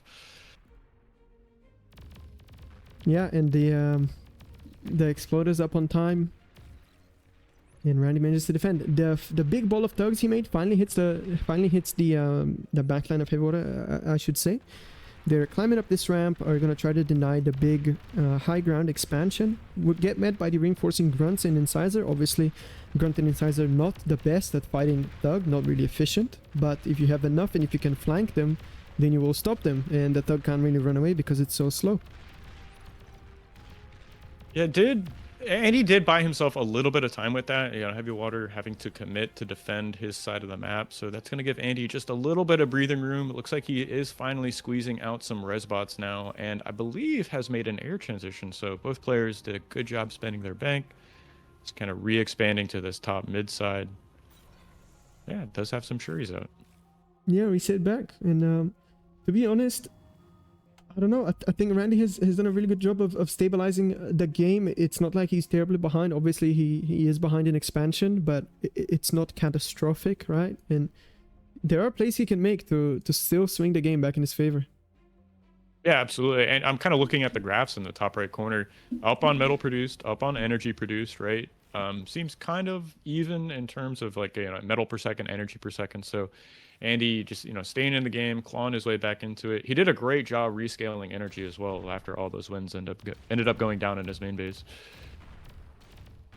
Juicy Pounder hits here in the middle. Randy tries to sneak in with some grunts, but Pounder's just in position. Yeah, so many Pounders now crawling to the front slowly but surely, and once they get there, they're forced to be reckoned with. Oh my god, this is so satisfying.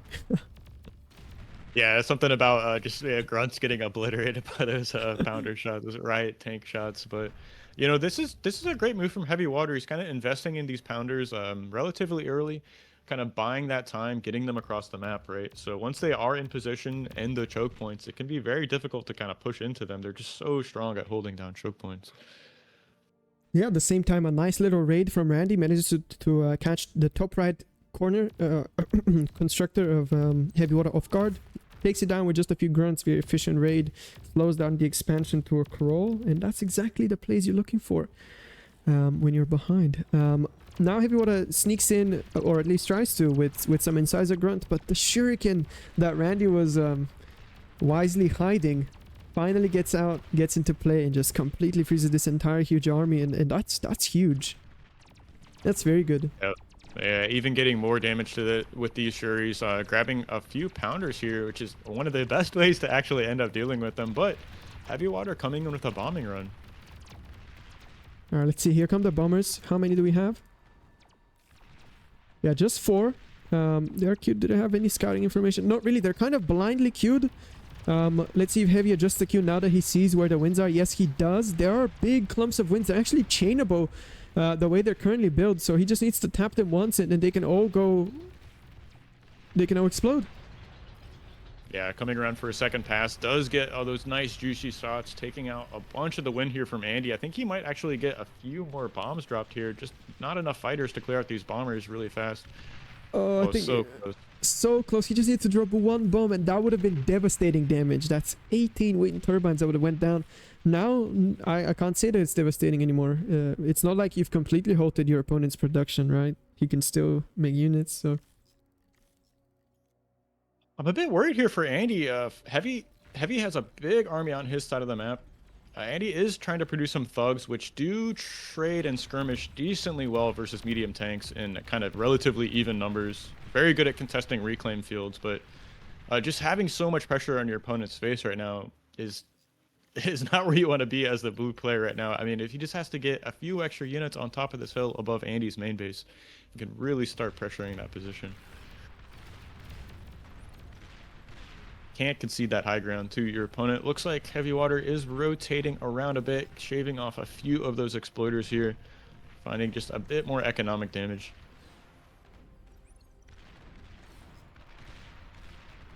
Yeah, a lot of army value on Randy's doorstep, this time accompanied by some anti-air. Heavywater made fighters and missile trucks as a response to the shuriken.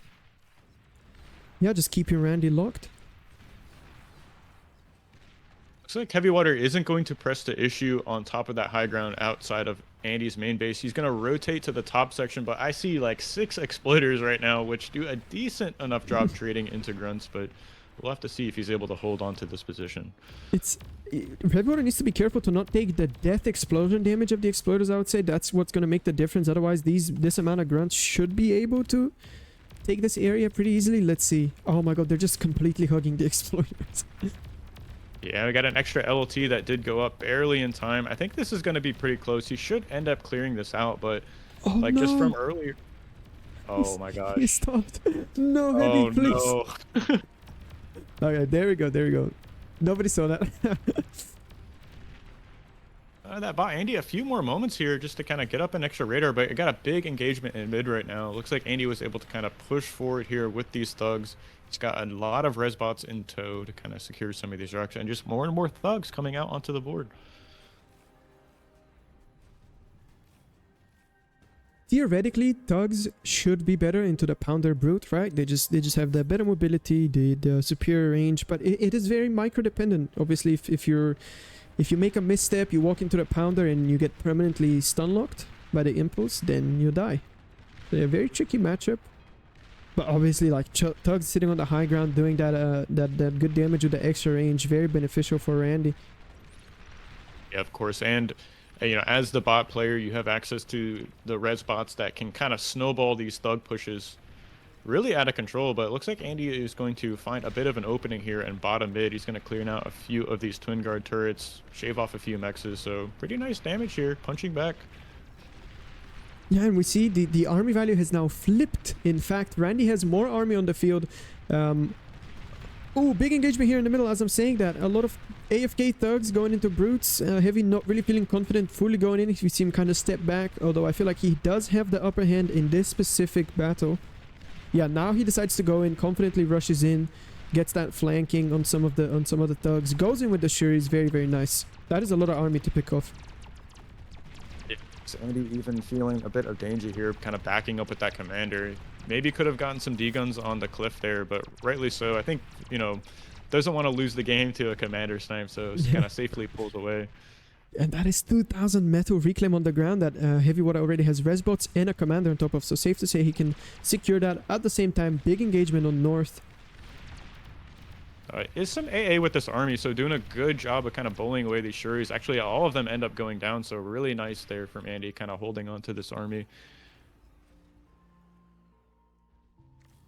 A little bit of a lull in the action here. Both players trying to kind of consolidate this hill. Looks like Heavywater is kind of getting the better end of it. Does have his commander in a good position, sitting on the middle of the board here. He needs to be very careful. There's a large ball of army encroaching from the north, and if his commander's still there in 20 seconds, he might be in huge trouble. Yeah, he notices, moves him back. But yeah, that is a lot of army from Randy. I don't know. Heavy really doesn't have that much army in position, I would say. He's still fighting on the bottom. This is tough. We got the thugs encroaching on the commander. Does Randy see? He does, but chooses to go back. Yeah, the position's more important here. Controlling this middle section just like it gives you access to a few extra mexes, as well as giving you the opportunity to kind of launch attacks anywhere on the board you want to. So Andy does have a better position here, I'd say, right? Yeah, I mean, definitely looks that way. The thugs being able to shoot from the high ground is surely going to give them the edge they need to win against this brute bow. Also, vehicles kind of clumsy in these hills. Yeah, Heavywater, rightly so, moves back, can't push up a hill into an arc of thugs. So, you know, Andy's doing it. He's kind of stabilized from the position. He's, you know, trying to find some rating in here. Twin guards are going to shoot away these grunts, but he should be able to kind of sneak around that attack range and find some mexes in the backline. So 4 extra mexes going down. Definitely not negligible amount of damage. No, it's pretty huge actually. Yeah, and Randy, yeah, I mean, it was looking so dire for him just 5, maybe 10 minutes ago. He had no energy in his base. He was getting bombed. He couldn't leave his home. And it didn't really look like, you know, he could safely come back. But now the game looks completely different. Yeah, and it looks like those res bots made it their way to the top mid side of the map. So resurrected a huge army of grunts here, which are not healed up all the way. I guess we still have that bug with the res bots, but should find some damage with this. Yeah, for all the viewers that don't know, sometimes res bots will just randomly choose to not heal up a unit they resurrect. Obviously, before the latest update, they would automatically also repair the unit to full HP after they resurrect them. No additional commands needed. So yeah, even though he rezzed this huge ball of army, they're 1 hit away from going back down. Yeah, 5 HP grunts. Well known for fighting in the long term, so we'll have to see. Andy looks like is posturing for a big attack here. Heavywater's commander is looking a bit cut off between the main base now. He is trying to sneak around this edge right here, but he could end up walking towards the thugs here, just barely sneaking out. Oh my god, I'm looking at Randy's PV. He doesn't see the call. Yeah, he cloaked just in time. No radar in this position, so he can safely retreat, but the thugs will get a lot of damage. Yeah, clearing out more of these mexes. Heavywater kind of getting boxed in here. He's lost all of his mexes in top right. Looks like he's going to lose the mexes in bottom right as well. Andy just all over the map right now with grunts raiding. Thugs finding damage. Heavywater going for a tier 2 Cortex vehicle lab on the high ground here, going immediately for 2 Tsars. Obviously, if he can get them out, he will be in a good spot. But yeah, there's just too much army value from Randy. The tier 2 is, you know, he can't safely get it up. The grunt sneak into the back of the base, and Heavy calls it GG's. Wow, what a sick game! That was impressive play from Heavywater. Really, I have to say, kind of looked a little shaky there in the early part of the game, but just applied so much pressure to Andy. I don't know what he could have done differently to kind of close that game out, but yeah, really well played from Heavywater, going up against what I would say is a slightly better player. A slightly better player. I mean, Yeah, yeah. yeah. Let's try to be polite, but yeah. Yeah, game one. Yeah, game one goes to not game one. I mean, Heartbreak Hill goes to Randy. And yeah, what is the score so far? So we have Mirrored winning on Aurelia, Randy winning on Heartbreak, and then Pro winning on the 2v2. So right now it's 3 points to 1 for Pro, if I'm not mistaken. Yeah, yeah. Not bad for the old Team Pro. Yeah, I guess I'm a biased caster here, but yeah, really well played. I have to say it again, pretty impressed with Heavywater. Just going toe to toe with one of the best players in the game there. So shout out to him. Taking it to the long game there. 26-minute match, no joke. So really well played. Yeah, we were asking earlier for a little bit of a longer Heartbreak Hill game, and we got it. Yeah, I have to give kudos to Heavy, and I hope he doesn't beat himself up too bad, because he definitely was close to the win, just couldn't secure it. All right, next up we are going on Eye of Horus, and we're going to be watching FlyingDuck versus Lopatka. As I said, they've already played each other on this map, and Duck did win the previous game in a similar tournament. Now they're going to rematch in Eye of Horus. It's kind of dominated by one strategy, right? You have the middle spawn into grunts, and I don't think anyone will deviate from that, really. I know Lopatka primarily plays Cortex, Duck primarily plays Cortex. I don't see a reason for either of them to change that, so it will just come down to the grunt micro, right? And maybe we can see the game going to tier 2, and maybe we can see some TARs.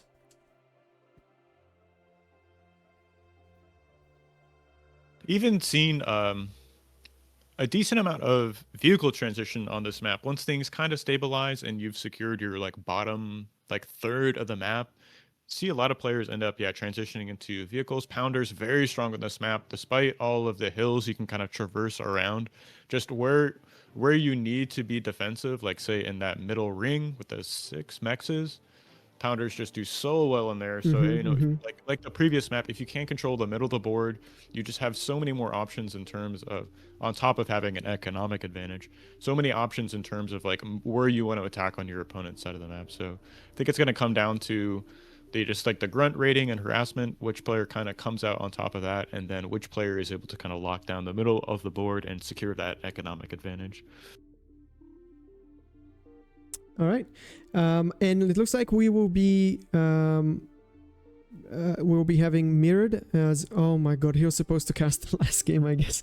Maybe I forgot to pull him in or something. I'm pulling him in now. Mirrored, hello, are you here?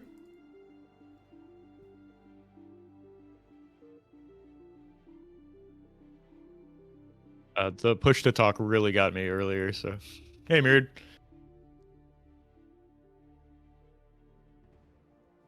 Hello? Can you hear us, Mirrored? I see you unmuted, but we can't hear you yet.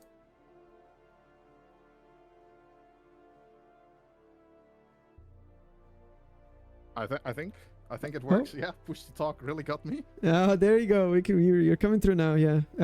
I'm so sorry, Mirrored. I have to ask. Were you waiting on me to pull you last game, and I didn't see that you were there?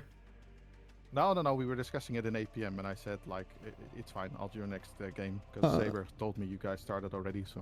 Oh, yeah, that wasn't gonna be a problem. You could have jumped on it. It was fine. But yeah, happy to have you now for this one. I know you wanted to cast up a longer game. Yeah, it was a shame that it wasn't Heartbreak. Yeah. But yeah, what do you think about FlyingDuck versus Lopatka on Eye of Horus? Do you have a prediction?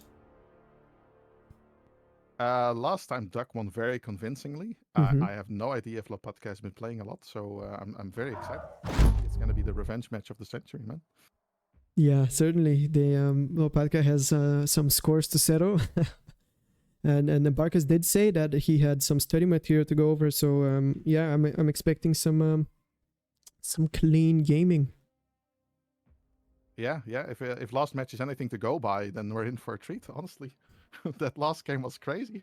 Yeah, it definitely was. I thought it was done for Randy, but he managed to climb back and secure the win, and yeah. Yeah, it's definitely something we've been discussing before in APM. It's like giving your opponent too much respect. So you're thinking like you're in a worse position than you really are, and it's preventing you from like pulling the trigger when it's like clean, very clean. Yeah, certainly. But yeah, heavy looked good. If he can fix the spending problem that he had, and you know, I'm sure next time around this matchup comes again, he can take the W. Yeah, yeah. Very convincing. Very solid. It can be very difficult. I don't know if y'all can speak to this experience, but something I have when I'm playing someone I think's better than me, and I feel like I'm in a winning position, like the adrenaline starts going and your heart starts beating fast, and it just kind of makes it, I think, a little bit more difficult to play, but Yep. kind of tough to close out games versus great players, I'd say. Yeah, yeah, absolutely. Keeping your nerves under control is just very, very difficult against someone that you respect. Like, it's very hard to pull the trigger. Are you guys getting a little bit of lag in game, or is it just me? Following your camera, I can't really see anything right now. Well, that is not a good sign, because I am experiencing stutters every 2-3 seconds. That is not good. Okay, Oh, well, God. mine is perfect, honestly. Let's see, are there any issues coming through on stream? I don't think so. The stats look good, but I might need to reload the game. Yeah, so guys, feel free to, you know, talk about the players and stuff, but I will reload into the game in just 2 minutes. Do we have on pause, you think? I don't think that's necessary. I'll be very quick. Yeah, sorry guys, just I don't know why, just some technical issue. I've never had this happen before, where I get these micro stutters every now and then. I have no idea what that is. So yeah, something very interesting already is that Duck is opening 2 cons. Okay. Ayaji going for 5 grunts before first con. Yeah, a bit of a mismatch here. I'd say. I'd say the in the 1v1 meta, it's leaning a little bit more towards playing greedy, right? Just going for cons first. So Lapaka choosing a pretty interesting strat here, just going for a bit of early aggression. He's actually even rotating them around the edge of the map here, not going through the middle here. So he's going to avoid this forward grunt here from FlyingDuck. So, you know, if Lapaka can find like an early expanding con, could end up being worth it. But right now, I'd say it's definitely advantage to FlyingDuck, just going for the greedier open. You get more metal more quickly, of course. All right, Yeah, I am back, yeah, of course. and it looks As it well looks as the like so. reclaim being on your side of the field, it's just incredibly valuable.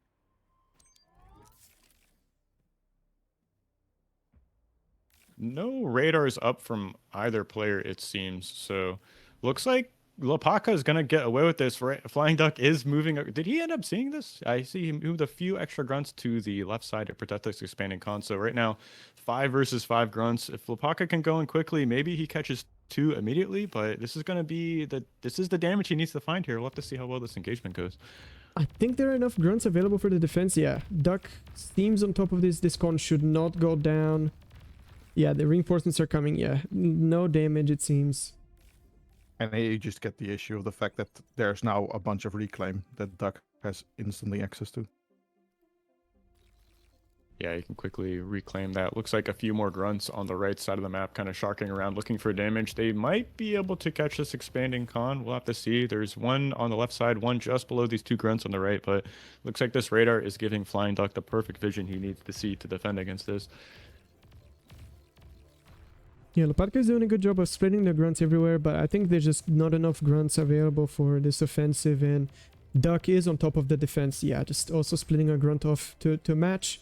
With that being said, 2 grunts do manage to kind of make it into Duck's space, but oh my god, they also get answered at the exact moment that Duck needed that to happen. So no damage, very clean defense from Duck, and now he should just be ahead because he opened greedier. Yeah, 19 metal per second to 13. Looks like a bit of counter damage here is going to be shut down by Lapaka. Pretty mirrored builds, though, now that things have settled out. You know, 2 cons expanding along the top side of the map. Similar radar positions, of course.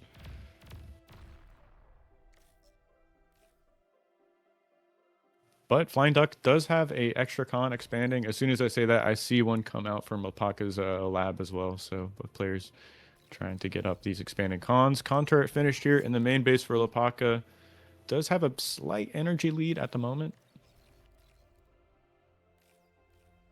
Yeah, the early defensive position for Duck is now translating into just full-on aggression. It seems like there's quite a bit of an army value advantage as well, so he should be able to press one side. Yeah, Duck just looks like- starting his own con third, so Lopatka definitely up on the macro so far. But yeah, huge engagement on the left. Yeah, that's a big contingent of grunts here heading straight to the top left corner of the map. I think Lopaka's trying to finish an exploiter right now. We'll have to see if that gets up in time. There is an LLT behind it to kind of retreat to, but yeah, he is backing up here, but could end up losing this position and the con as well. Yeah, the con definitely should go down if Duck is paying attention to the grunts. Yeah, he does look at him now. He sees the con. It should be a vision, but he doesn't choose to go for it. There we go. Now he decides to switch, and that is already so much army on Lopatka's doorstep. I'm not sure if he has enough to maybe he has enough to actually stop further damage, but losing that con is devastating enough. Yeah, of Surely course. with the 2 LLTs, that's guaranteed defend. Yeah, but of course you don't want to be making LLTs in the main base. You just want to be staying on the lab with your commander, pumping out those grunts as fast as you can. But FlyingDuck has a comfortable lead right now, I'd say. Taking out a con, opened with the greedier open, right? So it's definitely Lopaka's the game to kind of try and claw his way back into. A nice little counterattack here from Lopatka. May just sneak into the corner, but there's an LT already available. The con moves back at the right time. Very solid so far from Duck. Yeah, I'm not sure if these grunts will find damage. Duck gonna find a con on the right side as well. Just another expanding con down. Oh yeah, that is huge. Huge pickoff. And no army in sight for the second con as well. You can just run through the LLT and completely deny any expansions on the right as well as on the left. Should have tried the repair micro, I think. Ended up backing up here. Yeah, LLT is going to go down. Another expanding con and a radar, multiple mexes. So FlyingDuck just kind of running away with this one, it seems. 39 to 22 metal per second. Yeah, already, I think the total count of dead cons for Lopatka is 3 this game. So Duck has just done a great job of having the army in the right position at the right time. It's what this map comes down to, right? It's just who has the better grunts formation and who can protect the cons better. Yeah, and Duck has been playing flawlessly so far. Yeah, very difficult map to play in, I'd say. It's so hard to have the units in the right place at the right time. On top of getting good radar positions, those hills will block a lot of the radar vision as well. So nice little catch here from Lopaka. Maybe sandwiches this army. Just in time reinforcements. I mean, I keep saying just in time this game, but that's exactly what happens. Just in time. Everything happens for Duck, it seems. Kind of crazy.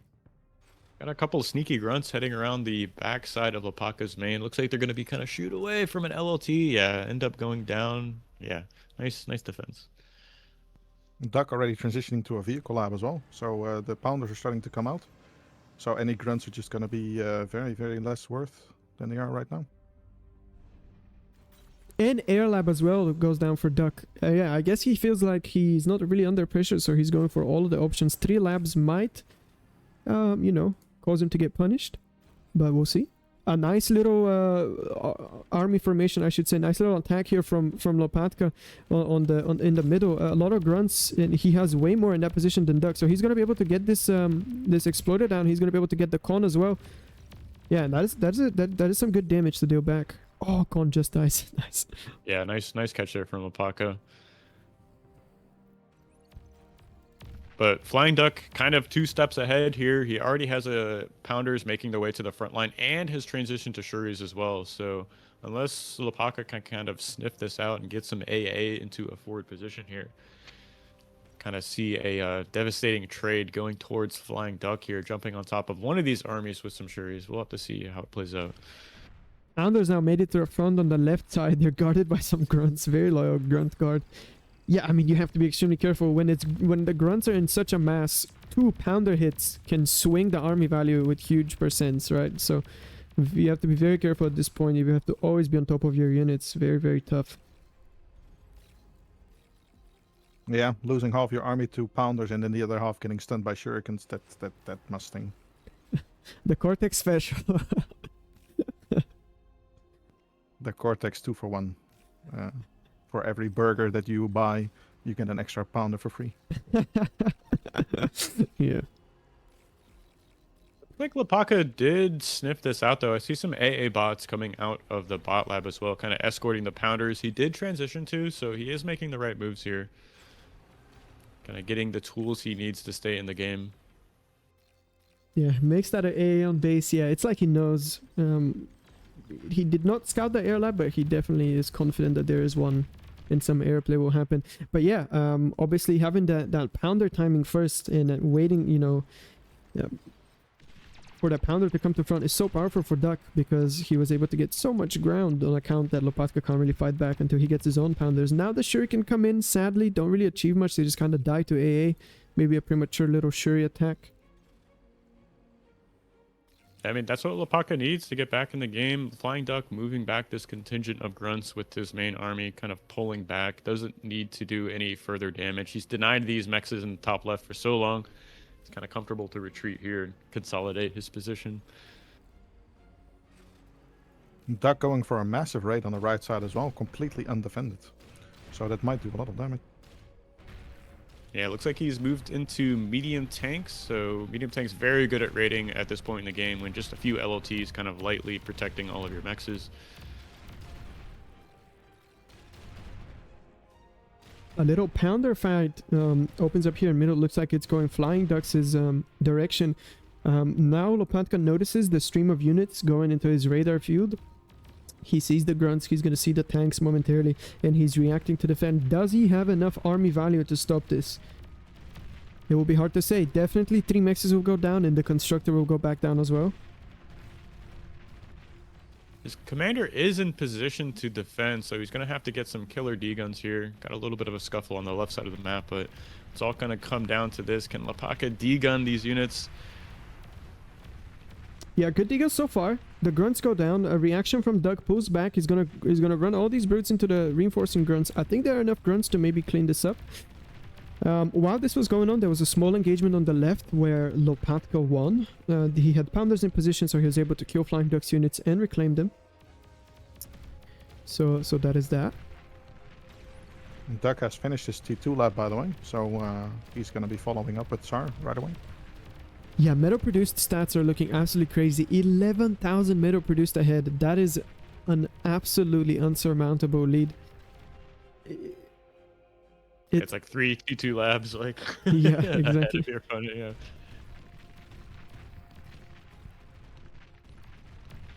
Just saw more BM tanks here on the right side for FlyingDuck, just putting so much pressure on Lopaka. Still hasn't really secured his top left or top right, and all the while going through that T2 transition. So I think when you hear that Tsar shots going off in the front line, probably get the GG out of our man Lopaka.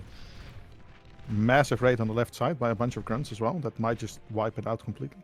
Self-D goes in for Lopatka. Is it going to explode? I think so. It's going to be close. Oh my god. Oy, oy, oy. That physically hurts, honestly. Yeah, every time that happens, it's so unfortunate.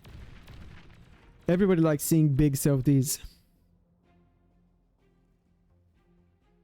So annoying to have to clear out these grunts too, to bring up your own forces. You kind of want them on your opponent's side of the map pressuring, but kind of forcing Lopaka to pull back, clear out those grunts. Big tank fight here in mid.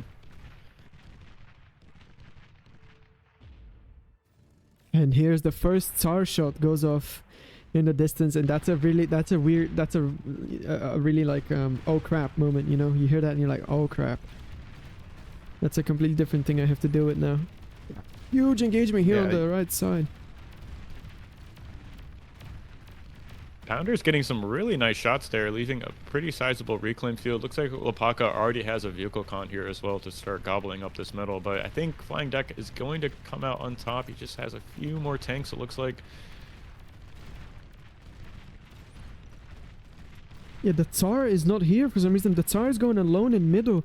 But this is where he needs to be. If the Tsar was here, then this reclaim field will be undeniably secured for FlyingDuck. Obviously, Tsars are the best tool you want in a reclaim fight, but the Tsar is out of position, I would say. Slowly pushing through middle, can just kind of be pounced on and die, and this reclaim field is going to Lopatka. And this is the type of plays, like, this is the type of mistakes your opponent can make and let you come back into the game. There's nothing to defend the base, though, and there's Tigers to follow up. I don't see how Lopatka can defend this, even if he has the metal. Like, what is he gonna spend it on? I would be going for a D-gun right now if that was me in that situation. That's kind of the only thing you can do, right?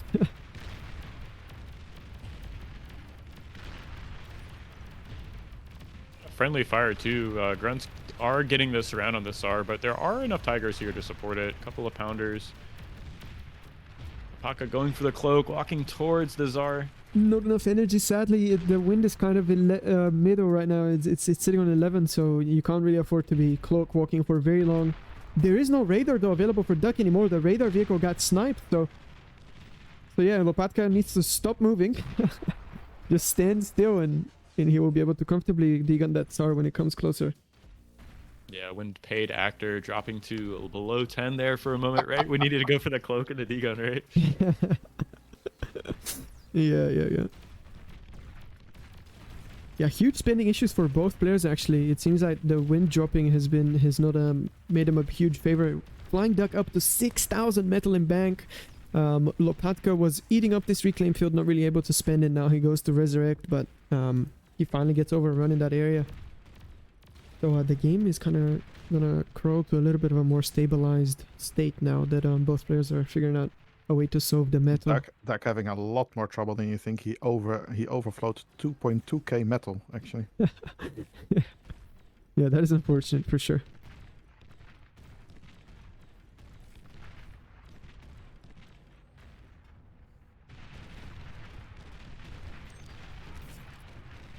Yeah, Tigers versus Brutes. Everyone's favorite matchup here. You kind of have higher speed, higher health, more DPS, more range, so you know, you shouldn't be taking too much damage for this. And this Tsar looks like it's going to be rotating to the right side. A single Tiger went through on the right side as well. That's going to kill all the winds. Ooh, depends. Yeah, Lopatka is now moving across his own tier 2 lab finish. He's making a Tsar in response. But yeah, this is definitely really good damage. 25 wind allows Lopatka to go for maybe some cloak plays. He was cloaked a moment ago.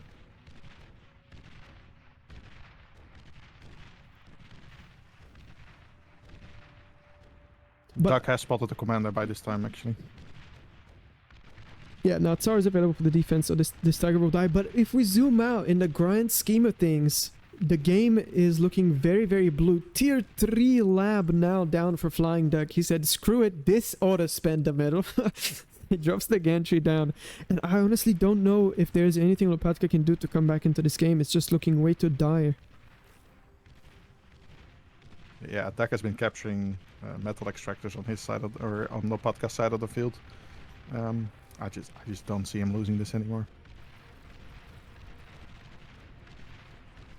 Where you go for the bombing run, commander transport onto the other commander, something like that. Pretty much the only way you can maybe find a way to win this game here, but yeah, it's tough. Lopatka needs a commander snipe.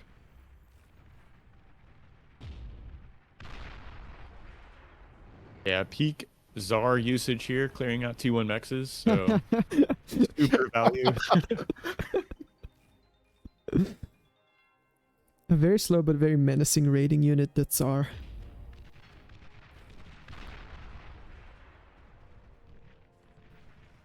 Yeah, no anti-air available for this Tiger Tsar push. It's possible to stop this with some Shuri and some creative D-guns. No air lab available for Lopatka, sadly. He doesn't really have the resources to spare on anything but tier 2 units for the moment.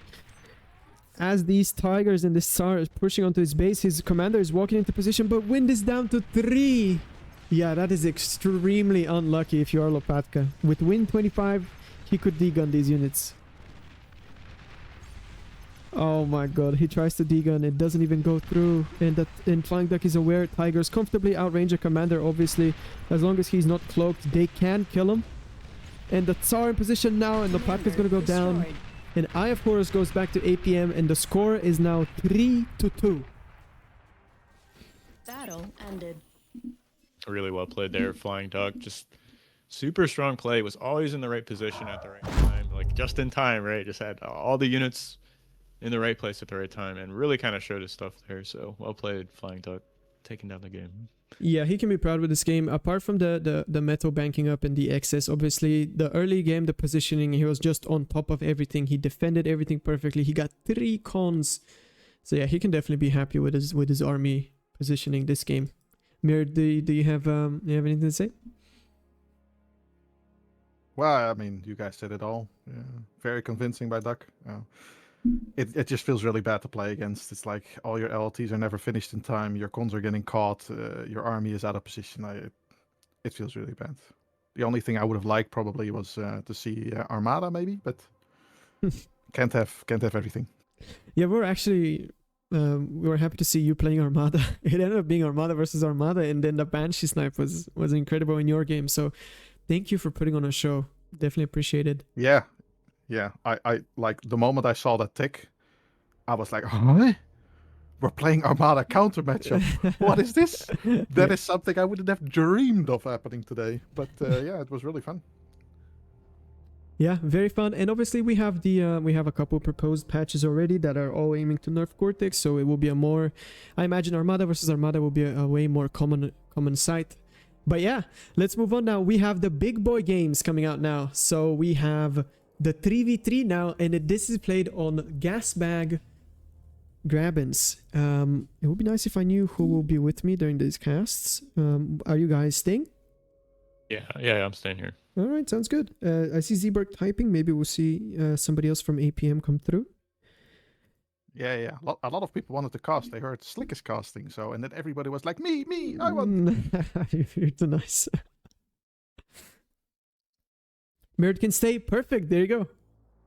Okay, well, apparently we're staying. Okay, well then I guess we can start talking about the map. But first of all, let's reveal the names. Okay, so first let's start with APM. We have Raxel, Zeberg, and Erebos. And now let's see, Pro is Che, Razor, and Praetor. Okay. Now, interesting matchup. I don't think I can really predict this one. What do you guys think? Go ahead, Mird. I will be honest with you guys. I think I've played this map maybe 10 times. Mm-hmm. I don't know anything about this map. I know it's very metal rich, so I'm very excited to see maybe some early geo shenanigans. But as for the strats, I haven't practiced with these guys. Like, I'm as clueless as everybody. Okay, so you have no idea what their strats or practice they've done. Interesting. Okay. What about you, Barkas? Do you have any insight into Pro's strategy?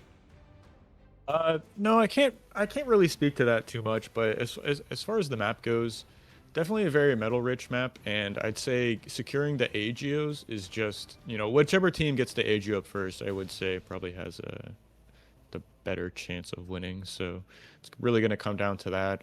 As well, like T2 Air, very strong on this map as well. Those said geos are very vulnerable to bombing runs, so it's gonna kind of come down to that. Who can secure air? Who can macro better? I guess that's kind of every game. But in terms of the quality of the players, I'm a little bit worried for Pro in this matchup. Raxel, very strong player, of course. Not really too sure about the shape Zeberg and Erebos are in, but Raxel, I'm always afraid to go up again. Definitely a 1v1 killer. Should bring some good stuff to 3v3s as well.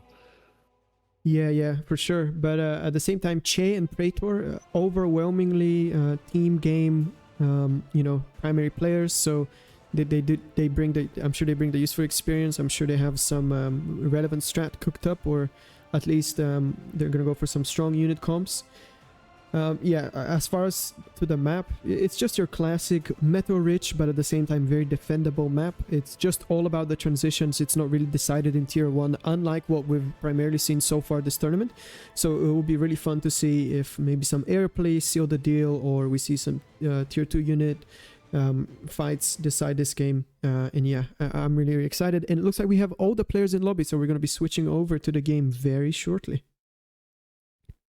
I would be very happy to actually see some transport shenanigans, like as we've seen many times, Wolverines being transported on the back hill, just completely denying so much.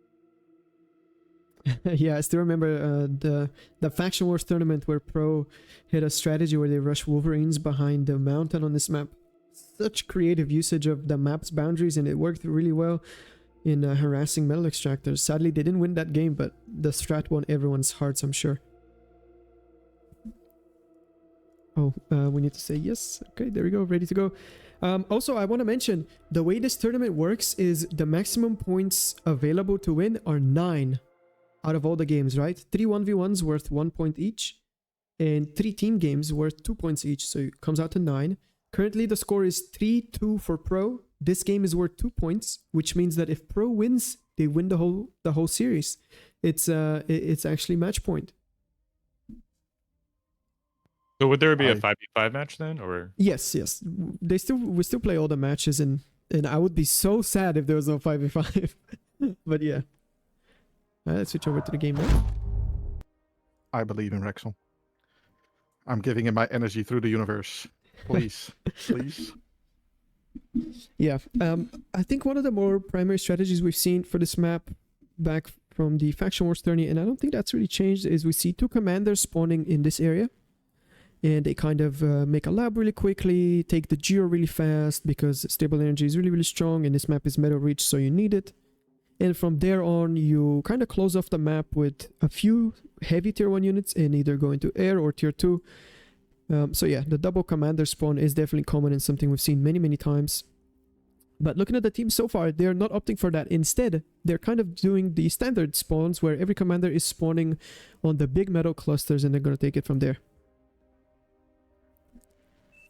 Interesting to see Zeeberg and Raxel's position. I would assume Raxel kind of playing a bit more of the macro role here, and spawning away from the geo makes me believe that is not their intentions. So kind of an interesting choice there. I'm very excited to see what they've been cooking up. Both teams, to be honest. So what are your all's thoughts on air? Spawning a 1-player air in a 3v3, is it just too risky, or is it kind of value? Maybe map dependent. I don't know. I mean, yeah, it depends. It entirely depends on the map. I would say it's not such a wild idea on this map as it is on many others, and obviously, very defendable map. So you don't really lose out that much on having 1 less lab making ground units. But yeah, you have to do a lot of damage for it to be worth it. Yeah. The legendary words. It depends. It depends. I really feel like air is really good to stop any kind of raids. The moment the shurikens are out, you have that in the back of your mind at all times. Like, I can't run through here even though I have an opening, because if my stuff gets stunned, it will get eaten and I gain nothing. But it takes away so much momentum from land or sea that it is very much a thing that needs to get damage done or needs to achieve something in order to pay back for itself. Battle started. All right, and there we go. The game is underway. We can already take a peek at everybody's queues. I'm going to start from APM because that's where I was already looking. Raxo going in for a Cortex bot lab after some mixes and some solars. Erebos going for, it seems like so far, a pure battery play where he's just going to make energy for the team, take the mixes, make more energy. And Zeeberg going in for a Cortex bot lab as well. Okay, wait. Everybody on APM is Cortex. I don't know what to say. I'm sure that's an oversight. It probably would have been nice to have Erebos spawn as Armada just so you have access to all the factions, right? But without further ado, let's head over to Pro. We got Razor spawning in on the bottom. He's going for an Armada bot lab. Praetor going in for a Cortex battery play. Cortex battery play feels so weird to say that. And Che going in for core bots. So yeah, basically a mirror matchup in mirror labs, except, there's the Armada from Razor. Yeah, very builds here, right? Both teams going for that battery player. Kind of makes sense, though. You don't quite necessarily need a lab there in the back. Just secure those mexes and then walk forward with the commander. And the 2 labs on the flank can, very well defend that position as well. Yeah, we see some res bots rushed out here for Zeeberg. Get some of that early energy. Some grunts are going to hit the field now.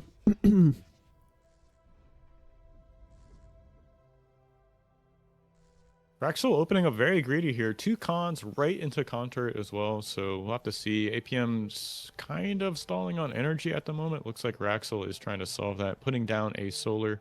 No resbot from him as well. There is a decent amount of energy reclaim on this map. So yeah, 22k energy. Bit awkward to grab the pathing issues on the resbot, but pretty solid open. Yeah, there are trees in very funny places on this map. Something very unique that this map does is I'm gonna showcase that in just in a second. Let's see, these Tips managed to sneak in here for Razor. Are they gonna get shut down by the commander here? It seems that way, but I don't know. Zeeberg instead focused on finishing the nano. Does lose a max, and this tick is gonna be so annoying. Just closing all the solars. Oh my god. Yeah, really good tick usage here from Razor. He's If gonna that tick had been a little sooner. Yeah, manages to scout the air lab here. Scouts that Air was going for air lab. I'm sure Razor is calling that out in the voice channel.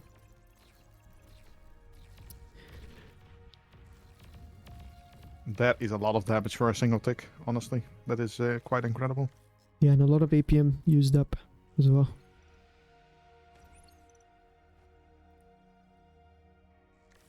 See, interesting unit choice here from Pro. Both sides going for thugs straight away. So very good at contesting these hills. See, that's going to be the point of contention here in a few minutes as these players make their way to the front line and start fighting over these mexes. So getting a bit of a tech lead, if you would call it that.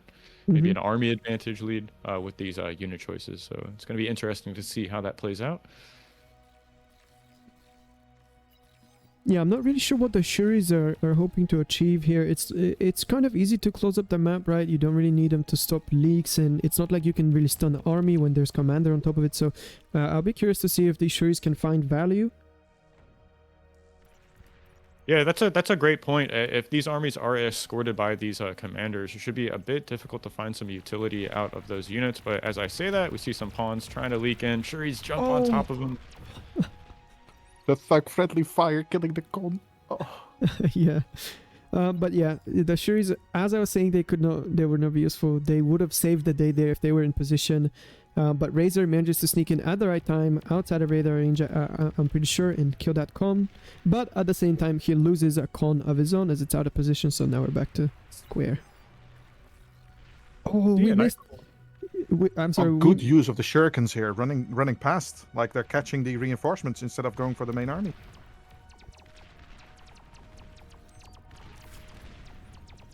Yeah, offensive shuriken use. Let's see if Zeeberg can get on top of this frozen army and kill it before it wakes up. It's gonna be close. I think they're gonna unfreeze at the right time. Yeah. Yeah, Zeeberg, Air was getting extremely aggressive with the Shuris getting into the backline, but there are nettles available for Praetor. At the same time, there were some very nice deguns from Raxo that we missed on the top lane. I think he got like a 4 or 5 thugs or something like that. Maybe I'm wrong. Just didn't see it. And now he has the upper hand at that top fight. Chase commander a little bit out of position, getting hit. The commander HP, very important resource in these thug versus thug fights. Because if your commander is low, you can't repair your thugs. And if you can't repair your thugs, you're going to lose the game. Praetor's entire base is dead, by the way. Like 3 guns got by. Absolutely annihilated. Oh my god, and I'm talking about thugs. Yeah, we managed to miss that. I'm sorry, but yeah. Very good. Very good damage. Where is Razor's commander? Is it on that bottom mid side there? I can see both commanders. Okay, he does have that position. Sorry, I couldn't quite see it on the mini-map.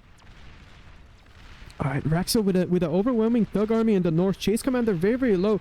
It seems like Che needs to retreat and give this hill to Team Blue or he might die. And yeah, we see him getting zoned out. Surely Raxo will push him down, kill his commander. He has so much map pressure here. He just needs to pull the trigger. I think he's a little bit hesitant. He's trying to group up the thugs before he goes in. At the same time, we see Razor also take pretty comfortable foothold of the other 3 hill mixes. So we're kind of in an equal scenario. But yeah, if we take a look at the stats, it seems like they're overwhelmingly blue. APM has 60% army advantage, 30% metal per second advantage, 30% energy per second advantage. And I think that is as a result of Praetor's base going down. Lots of shurikens here for Praetor to catch the thugs out of position. If he stuns this all, it's Very, very bad for us. It's like a single AA bot in the back, as well as the commander escorting this. The fighters do show up just in time, so a few D-guns going to come out here for Che, but I'm worried about this commander is going to go down. Oh, this commander's gonna go down. Commander destroyed. That is huge. That opens the door completely for Rexel if he just pulls through. Yeah, very tough to defend that area now when there's a commander. The commander can kind of, if not answered quickly, he can kind of just walk into the base, right, and start degunning stuff. And also APM know exactly where the two other comms are, I'm pretty sure. They know that Razor's on the hill at least. It seems like the APM will manage to take over that hill that Razor was on and be comfortably ahead in map control.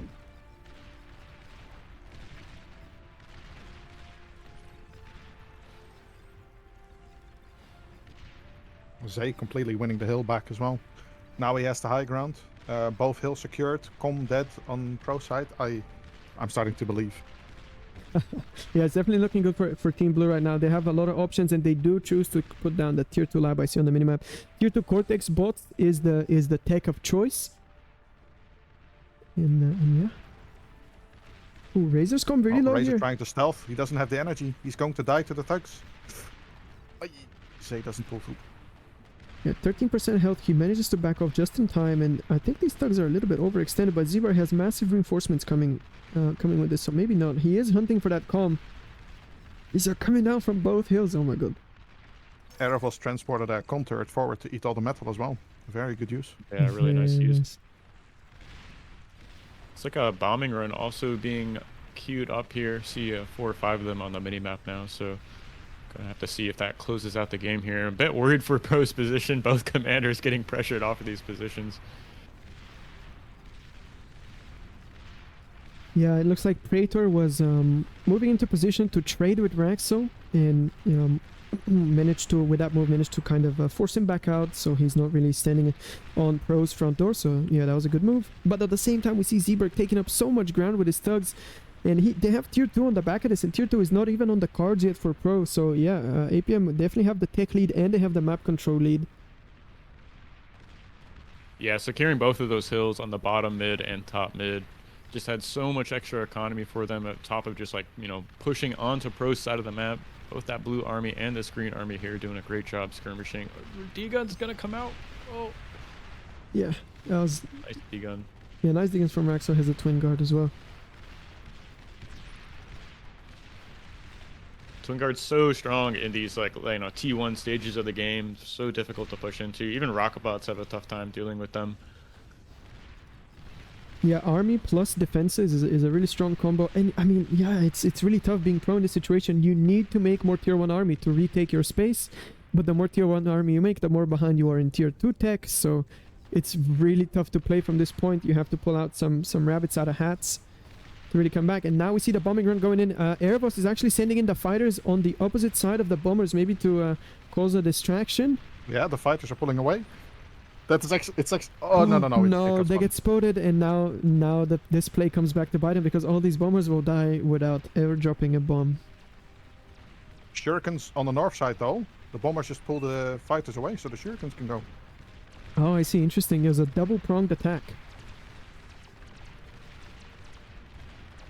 Really nice play here from APM. Commanders in the back line gobbling up all of this metal here. Thugs, securing this position as well.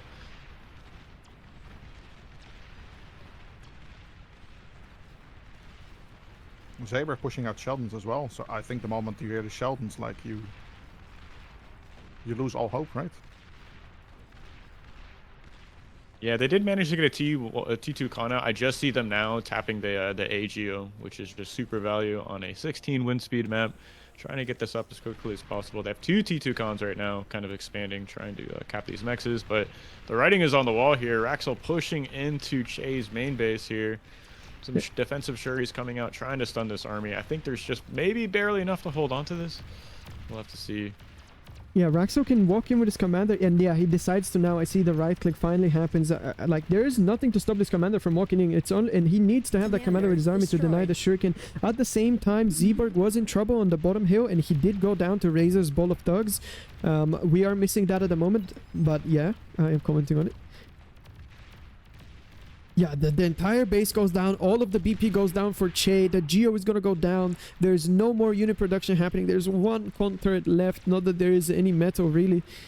And yeah, this is tough. Raxos Commander going in. He's going to degun that 99% Dragon Maw. Going to degun the Light Laser Tower. Both labs are going to go down. And I imagine, yeah, the resign vote is going to come out. Crater in the middle, completely open to the Sheldons as well.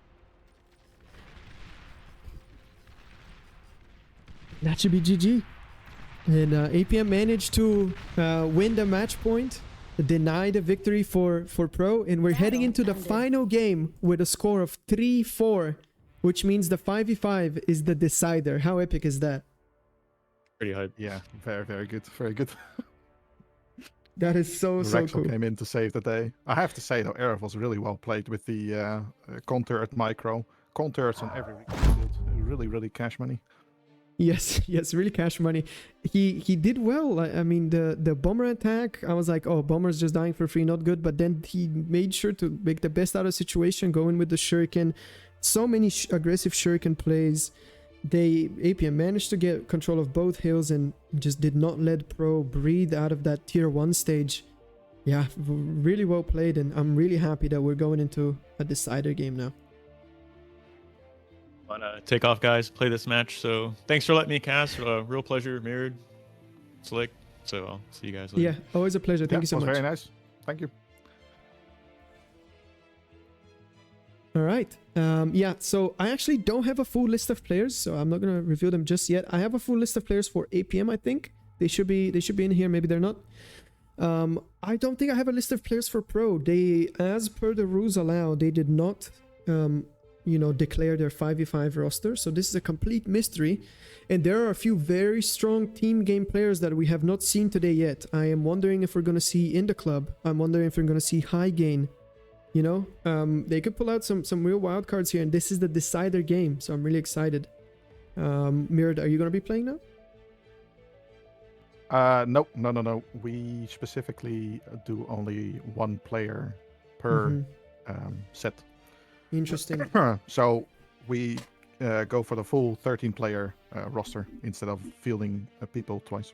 Gotcha. Okay. Yeah, okay. So I see all the Pro guys in lobby, so I will go ahead and reveal the names right now. So for APM, we have Random Variable, Zeeberg, Raxel, Blossom, and Akile. Akile? Yeah. So yeah, a lot of new faces here, but we do see a repeat of Zeeberg and Rax. Random Variable, Blossom, 8v8 veterans. Akile, kind of a newer player, but has been practicing a lot with you guys. I'm sure he's up to date with all the strats and all the plans. And from Pro, we have Randy, Barcast, Che, Praetor, and Razor. I know these names are not on the screen yet, guys, but they are the players in lobby. So you have to trust me on that. And yeah, I'm just gonna be I have word that I'll be casting this game with Psycore. Yeah, Psycho coming in then. Yeah, apparently I was wrong. I scrolled up in our own thread and it says Zay and Rex are actually playing twice. Yeah, but I mean, that's good. Very strong players, so we're gonna see a good match. And Salt Reef is just a really cool 5v5 map. I know I say this about every map, but I genuinely do like every map on this tourney. This set is all of my like personal biased favorite maps, and Soul Reef is one of them. It's this big spacious map, but still choky. A lot of space for team play, a lot of space for co-op plays. It does not get decided early. There are interesting things you can do. There are hills you have to fight for, and yeah, you can get creative with the builds. Let's say that. So yeah, I'm gonna be on the lookout for that, and I'm really glad this is our decider game. Mirror, do you have any insights into what APM has prepared? Well, I think we have practiced, I know we have practiced this map against TM. And won twice. The APM guys managed to win, yeah. Yeah. So that does breathe some faith, right? Like, yeah. I have very good hopes. I do like this map as well. I like the middle ponds as well for the amphib usage. If you can get some amphib tanks through that, it's a very awkward angle to defend. Yeah, certainly. In other amphibious units, Shiva very strong. Marauders tough to defend, you know. So yeah. But yeah, I want to say. Yeah, sorry. Go ahead. some insider knowledge. Akal is definitely known as the Comwalk Deegan guy. He will just keep trying to get in, Deegan some labs, and then completely destroy someone's base. So I'm very excited to see that happen. You have your own AD. Basically, yes. Yeah. Yeah, okay. Well, nice. I don't think there's much room to Comwalk here, at least on not in the beginning. Maybe later. Yeah, we'll be looking at for that as well. Okay, so all of the players are in lobby now. I'm sure we will be going into the games very, very soon. I'm gonna let them know that we are ready when they are. Psychor is in the lobby, by the way. If you want to drag him, then I'll hop out. Oh yeah, thank you very much. And thank you for letting me know, and thank you for casting me. It was a pleasure to have you. Yeah, absolutely. Anytime, dude. Anytime. Yeah. See ya. Yo. Hello, Psychor. I hope you can hear me well.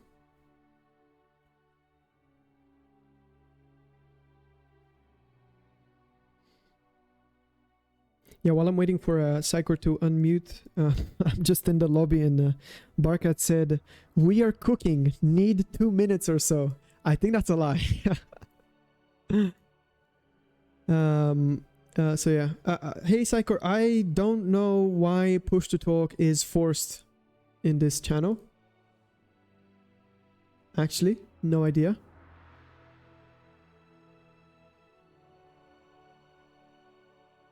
Hello? Okay, I just had to set a hotkey. Oh yeah, thank Hello, you very much. sir. Yeah, I don't know why that is set that way. It's not set for me. I have no idea what's up with that. Yeah, but hello. Thank you for coming into the cast and tell me, are you enjoying the series so far? Obviously, yes, it's like very close, right? The last game is Mhm. gonna decide. We were really excited to see the games. There were some close ones, Mm-hmm. so has been good so far. Do you have a favorite game? I mean, it might be the 5v5 if we win this, right? So can't call it yet. Yeah, that's true. That's true. Yeah, I mean, I can definitely say 100% APM is very scary on this map.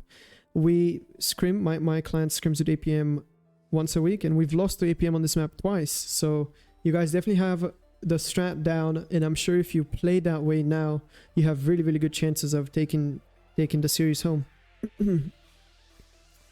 Do you have any? Are the boys excited? You were just in the voice channel. Are they happy? Are they hyped? We were like 10 guys in the voice channel, I think, in the Randy and Heavy match, and guys were just screaming all the way. So yeah, definitely was hype. Yeah, that's to be expected. Are you in this lobby? I am not, but I can join now. Yeah. Just because they're about to start, that's why I'm saying that. But yeah. Oh, it looks like Shaman came in and replaced Razor last second, so now everybody's ready, and I'm sure They we'll got be scared, starting. I guess. Yeah, I don't know, maybe. All right, there's the start vote. We're gonna be switching over very shortly. Do you know what Pro is planning? Like, I think we are just gonna make response, vehicle labs, and like trying to secure matches max, and then go into air eventually in tier 2. Mm-hmm. I mean, I don't know if there's a special opener you can really do on this map. It's kind of standard, right? You have to cover all your bases, so they're probably gonna have air as well and vehicle labs as well. So I'm sure that the openers will be equal, but the game will unravel after that.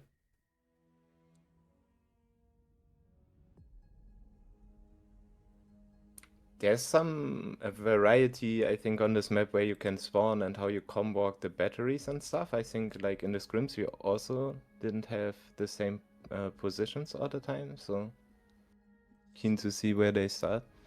Yeah, I guess, but usually the main strats are you have your main spender over here where a random variable is currently hovering, and then you have where Aquila is spawning as kind of the battery player, and where Blossom is spawning as the air player.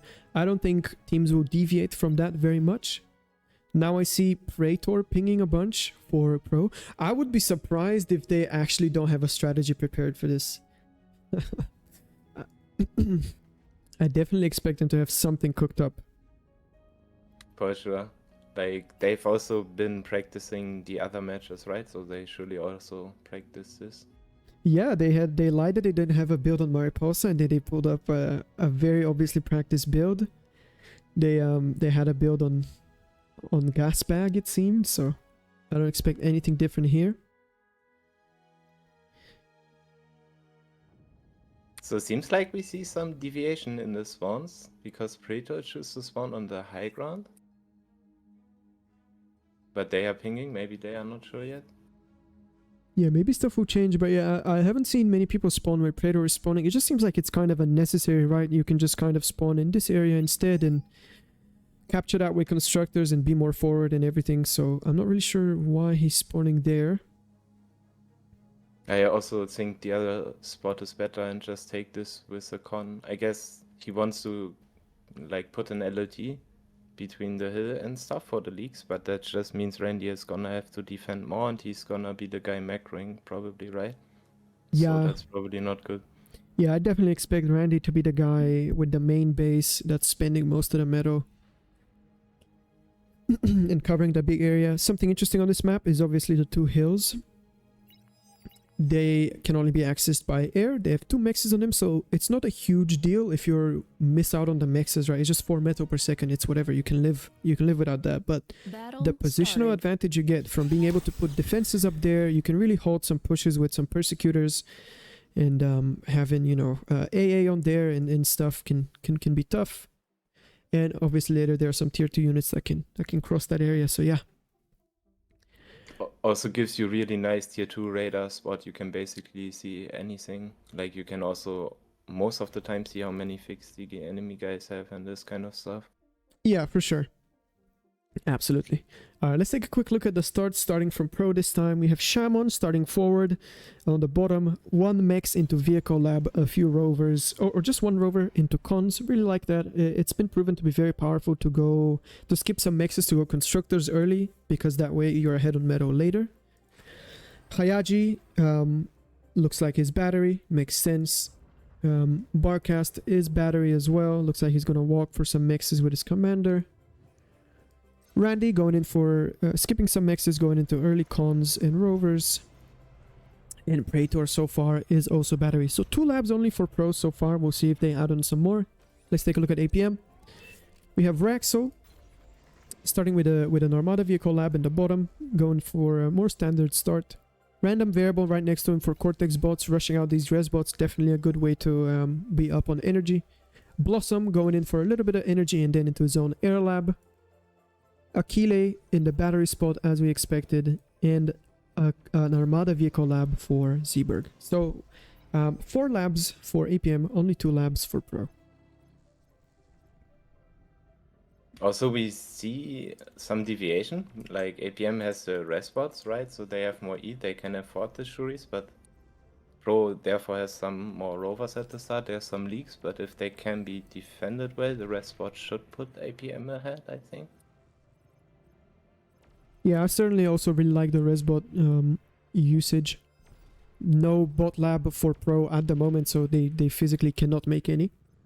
Yeah, we see the first shuriken out now for Blossom. He's going to use it to stun some scouts.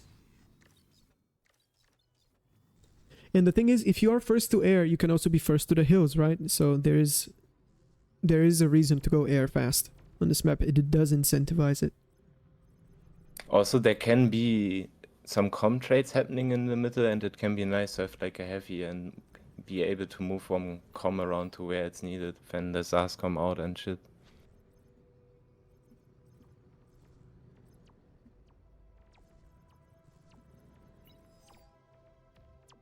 They are starting to make res bots now on Pro, but Yeah. still no air. Yeah, some raids attempts from both teams did not really go through. One rove, as I said, that one Masco is actually going to go through for Randy. There are shuriken available for APM, obviously, so yeah, they just in time, my favorite phrase, they come in and they stop. Big rover fight in the north. Obviously, one team has shuriken, the other doesn't, so that should influence the fight. APM should be on top of these early rover scuffles. I see Air Lab on the minimap now gets dropped down by Barcast, and he's going to give it to Praetor. So Praetor is going to be the air player for the red team.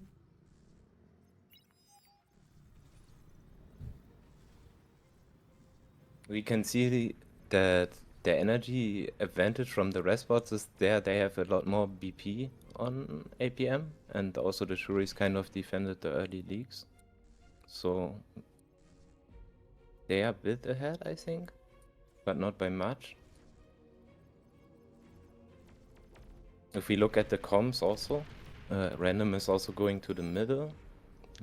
Like pros com are not moving to the middle yet, I think. Yeah, it's probably going to be Randy who's moving up to the middle, but he is taking his time making some LTs along the way, so he will arrive there just slower. So I'm curious to see who will be the main spender for APM. It doesn't seem like they have that main base established yet, really. Random Variable has most of the build power, but there are so many labs on the field that it will be tough to say. Yeah, random is gonna make tier 2 lab in a second here, I think. It's usually like 4 to 5 nanos where we go for it. He's gonna be the macro guy because I'm not playing, usually would be me. Okay, I understand. Yeah, there we go. Tier 2 lab now gets popped down. Cortex tier 2 vehicles is the lab of choice.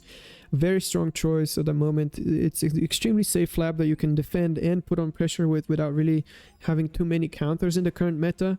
You don't really need huge setups to make it work, and it's just really powerful along those stages. So yeah, absolutely no surprise. No tier 2 lab yet for pro. Instead, they are going in on some lasher production, and then they have 100 brutes queued up. Interesting. Randy does like to go for a little bit of a more longer tier 1 phase in some of these team games. I've noticed he likes to make brutes instead of going tier 2, and he likes to find a gap or maybe punish greed on the other team. I don't see it really working out really well on this map. We'll see if he actually goes into heavy brute production. Barkas actually made a tier 2 bot lab in the back, right? But he has 3 nanos, so it's gonna go up, but oh, I see. It's gonna be for cons, not for units probably, and they're gonna fly fat boys for sure. But Zars probably better on this map. Also we see that Blossom already took the hill, and on the other hill we already have LT and AA, so this is not gonna be takeable for pro anytime soon, I think, probably. Yeah, I agree. I think APM will be able to get a hold of both hills, which will be very powerful. It will be a pain to have this hill and try to push out of this area as pro. It will be very hard. But yeah, this is interesting. We have asymmetry in where the main bases are, right? So usually they would be both on opposite side of the maps, but this time they are on the same side of the map, on that bottom lane. You can see Barkas is making Fatboy, and like APM is making Fusion right now, so if the Fatboy doesn't have big impact, APM is gonna be super far ahead. Like the Fusion really important on this map, so you can have enough E to spend all the tier 2 maxes eventually.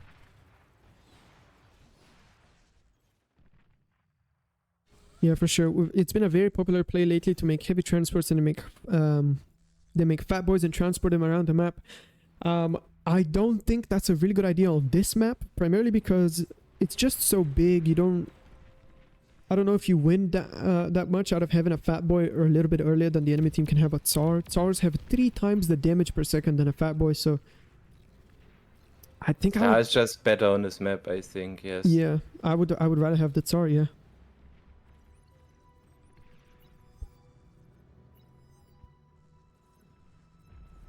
We can see even going for the second Fat Boy, so APM probably needs to start making Zars soon, but they are not going for eco, so if they don't do damage with this, they are gonna be behind for sure.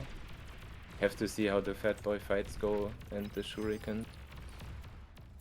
Yeah, Fat Boy's not very quick at doing damage. They kind of do... They're efficient over time, but they're not a unit you use if you want to do damage to your opponent fast. They're very, very slow. They leave a lot of time to react to.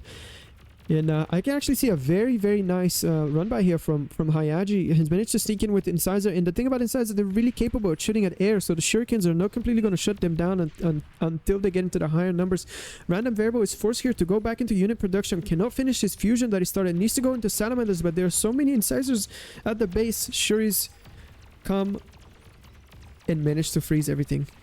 No damage done. Really, really close, actually, because fusion wasn't done yet. Really scary moment. But almost managed to get like the BP and stuff, then it would be terrible, right? But like this, it's Yeah. kind of fine. Yeah, getting BP damage or maybe even resetting the fusion would have been huge. Probably a game-winning move for Pro. But the Shuris were in position, so that was stopped. At the same time, we see Randy pushing through middle with some Incisor and some Brute. It seems like there's not much to defend in that area. Now the Salamanders are coming to respond to the front, and this looks like another feed to me. No anti-air available. The Shuriken are still alive. They didn't go anywhere, so yeah, this is just a feed. This is a nice meta that will go into the ZAS and like more BP infusions, and we can already see the tier 2 mexes getting built. Pro is like making their first, or no, they have like 2 cons now, I think. For APM, I think we have 3, if I see correctly. Yeah, definitely an advantage on the tier 2 mixes for APM. They went con first before units, and we see that they are under pressure right now. Let's see if that pays off for them. The fat boys that Hayaji is microing and Shaman's commander are running in, taking a lot of space. So now APM has the better eco, but they have worse map control, worse army value. They have to play a little bit careful here and try to survive. We also see Blossom made a lab on the hill and just trying to cook, I think. Yeah. Not really working. Yeah, in range ability it didn't really work. Good attempt.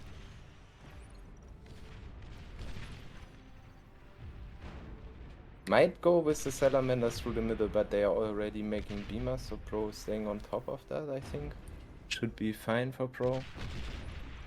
Also see the Fat Boy arriving at the top, so they probably need to deliver SR there. Actually, they are making Banishers. Also good, probably. Akili not paying attention. His Salamanders are stuck on mid. He doesn't really have that much micro, but he forgets about the Salamanders. One of them gets degunned by Hayaji. Now he's on top. And Salamanders have more range than a commander, so if he micros this correctly, he can actually kill him. 4 Salamanders, enough DPS to kill Hayaji before he goes back into the water. Dodges the degun very well. 25%. That's the health for Hayaji. 20, 17, 12. And he's gonna go down. Destroyed. Very well played by Killian. Now they have to reclaim it with something, but Randy's already there, so I'm not really sure if that's gonna happen. Randy gonna get that probably. Yeah. Alright, first Tsar is out. They are sending the Banisher middle. Maybe they get the reclaim. Or it's just idle right now, never mind. Yeah, Banisher is idle. First Tsar is out, trading punches with the Fat Boy. Banisher as well, so APM will be able to push down that bottom real quick. At the same time, the Salamanders are going in through the water.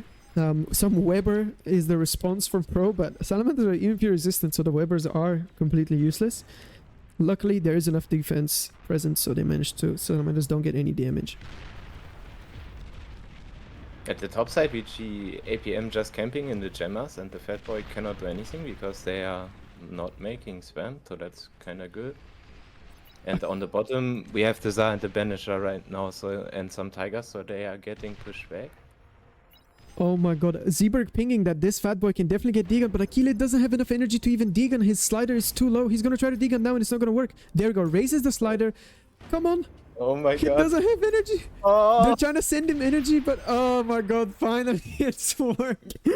That was so awkward, but it worked out for APM. Well played, and now Akile gives the commander, says, I can't deal with this. Let me micro my Banisher on mid. You have this commander. So yeah. the Fat Boy got no value at all at the top, that's... yeah. Yeah, Fat Boy just died. Yeah, Shaman stuck behind enemy lines here. The Banisher and the Tsar making really good progress, so Shaman cannot really retreat safely. Let's see, he's gonna try to make a run for it now.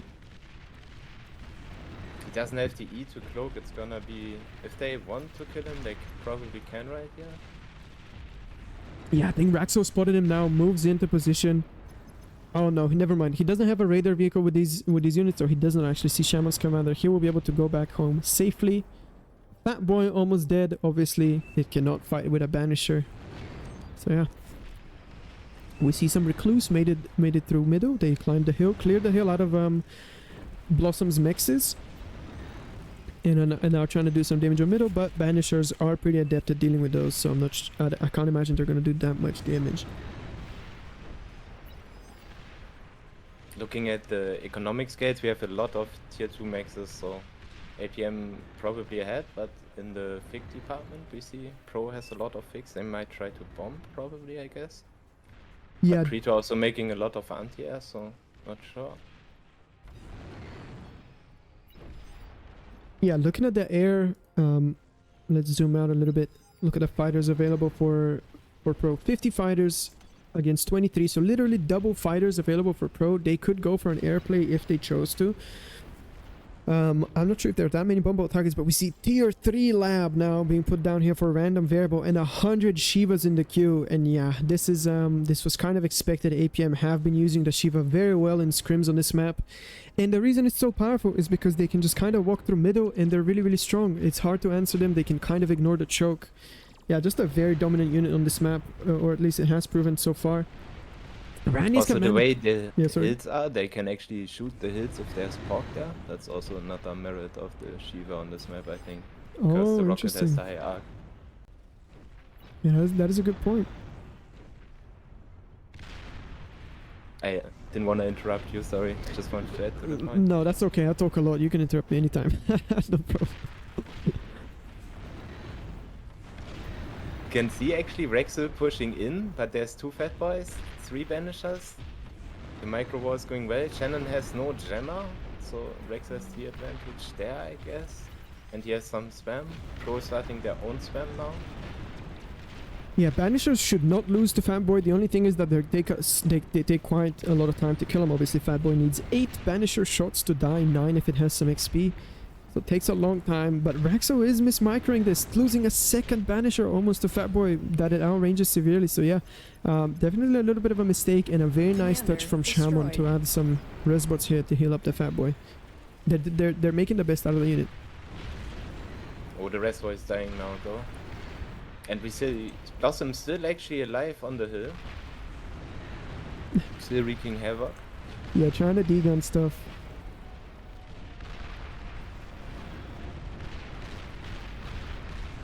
Now the Shivas are starting to run through the middle. We have a lot of beamers there, but those won't hold the Shivas probably. And there's also some Shivas bottom, so Pro is really under pressure now. Don't think they can get through at the top, like the walls and the pop-up with the Banishers too strong, probably with the 2 cloak comms. Yeah, they're doing a very good job of porking up the top and using all of the units to push bottom. This way, all of the army value is concentrated on the one area they're trying to break through. Very strong strategy. Zeeberg basically just has to survive. Now we see a They few... are trying to break the top actually. They want to get through Randy with the Tigers, but probably this isn't working. He's gonna get degunned, and it's just gonna be a feed. Very, very nice positioning from Some Zeeberg. desperation play, probably. Yeah, Randy tried to find a gap there. Zeeberg was in position with the commander, managed to dig on all of the Tigers, has some defenses available. I think he should be able to survive this, really. Yeah, at the same time, we see Shivas finally getting sent through middle. They're going to try to attack this area, cut through the entire middle, and it's so strong. Look at the stats. 140% army value for APM. All of the economical statistics very heavily in favor of APM, and it looks like their earlier tier 2 mexes really paid off, and now they just have the entire game to win. It's in the palm of their hands is what I'm trying to say. They just need to get the AA bots. They even sent AA bots with the Shivas this time, so they cannot get Shuri. This is looking like a strong push. If this is micro 12, it should kill his base probably. And also at the bottom we see Shannon is trying to hold on against Rexel. He's been holding on very well, but now he's starting to get pushed back. Yeah, the Shiva just rampaging through the entire map. Shiva down middle, Shiva on bottom, and Pro has to scramble and defend all these sides, but they're still stuck on tier 2 units. And we can see that Randy going in for more Tigers. He has not changed his queue. In my mind, when you see Shiva and you can't go tier 3, you have to switch to the Banisher, right? It outranges, you can actually trade efficiently with the Shiva, but Randy instead chooses to keep going Tigers, and Tigers are not that good. The Shiva just kind of obliterates it with its AA, But the with its Shuri's gonna AoE. die. Yeah. Not enough fix, that's kind of a feed. But we have the AA bots, so actually it's fine maybe? Yeah, looks like APM just wasted most of their air, but it's probably not gonna matter because the AA bots are there and the Shivas are just superior against the Tigers. I think both teams just lost all of their area.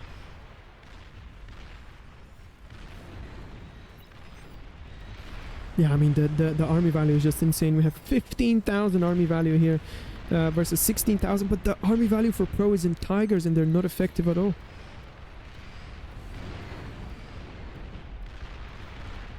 Also at the bottom, they are trying to defend with 2 commanders. If APM makes any sort of spam, there's 5 more Shivas coming. They are also gonna fall there. Oh, actually they are making razors right now. Randy also going in, trying to go for a huge around. Is this gonna work? It's not trading too bad, considering it's tigers against Commander Shivas. destroyed. Yeah, I guess, but the splash damage of the Shiva is just, I think it's too devastating. I don't know. I don't think Pro are going to be in the position to catch this reclaim after this engagement is gone. It's going to be really close, but I don't know. There's just With more the Shiva spam coming now. Yeah. It's just this. Yeah, they should die. And yeah, at the bottom we see 6 Shivas against 1 Wraither. And we are trying to get the Rattle, but the Rattle is not gonna help against the Shivas probably. Yeah, Razorback trying his best to defend, but obviously extremely tricky when there's so much army value on the field already. The Shivas from earlier now pivoting and going through middle while all of the reclaim is being grabbed by Random Variable and by Zeeberg. They're reclaiming all of it. Yeah, it's risky to res now with this bug, but yeah. This is looking really They bad. are just printing units, right? They metal bars, they even can spend all the metal because they have nice VP. So this is probably the beginning of the end for Pro. Like, Yeah, it's just fighting a losing battle, keeping up the tigers against the Shiva. Every trade you go in, it's just less efficient than the last, and especially if you can't secure the reclaim, the more Shiva comes, the more it's gonna get problematic. On the bottom lane, we see Vraxo making progress.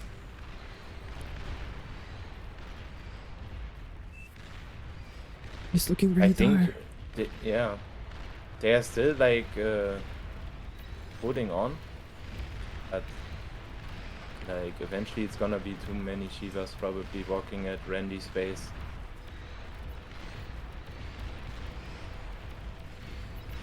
Also, we see Blossom swap to tier 2 air, so there's no like gunships or shuris, anything that could save them this way. Razorback arrives here for the defense as 6 Shivas cross the middle lake. Now 4, now 3. Yeah, these Shivas, I think this is a little bit of a feed. They're not really achieving any damage. They didn't even kill that much BP. They're kind of just walking in. But I don't know. Is Pro going to be able to hold on? I guess they will for now. And if they can res these Shivas, then all the better. A lot of BP, like I guess like half of his BP died, so like a lot of feed, but any BP they would need right now because the spam is not gonna stop, right? The stream of Shivas is gonna be endless. Just need to try to get the reclaim flow to get back into the game maybe. But it's gonna be rough. Can actually see Hayai making a tier 2 Gemma. Maybe he can do something with that. Degun jump Shivas to get the bot side back into the game. Yeah, 7 Shivas available for Rax, so if he can degun most of those, then the Razorback can clean up the rest. Obviously, Razorback versus 1 or 2 Shivas wins. Yeah, Hayaji now cloaked, has that fusion from Barcast, has enough energy to go for it. Let's take a look. Is there enough spam from Raxo to detect the com? He's going for it. This might be big actually. Ooh, Raxo being very But safe Rexel with... is, Yeah. he's just chilling, very like considerate gameplay, but now he's in range. Oh, 1 Shiva goes down, Raxo reacts immediately, set targets on the com. I think the com is gonna die. Yeah, Commander dies with only 1 Shiva. Oh my god, man, the Oh. rocket! oh. And if we look at Randy's face, he's also getting run over now, I think. Yeah, absolutely overwhelmed, and I don't know, I think that's destroyed. gonna be GG. I don't see what stops this. This is too much army, too much Shiva, just raw brute Cortex force in your base. Yeah, and they are also running at Baka's base now, so like he cannot, like he has to defend himself. They are coming with gunships. They have a million tier 2 fix. Yeah, it should be over, I think. Should we say that? Yeah, it should be pretty safe to say that, yeah, this game is not looking good at all. Yeah, we see some last efforts here to defend the bottom side, but it is just a complete catastrophe. There's so many units available. Their pro is barely holding on. They're getting overrun with spam. At the same time, 3 Shiva are about to hit all of the BP for Barcast. Some converts are going to go down. All of the fusions exposed. Air superiority we have for Blossom, so there's no way these Shivas ever get stopped by air. 1 fusion goes down. 2, 3 fusions chain. I'm expecting the resign vote any second.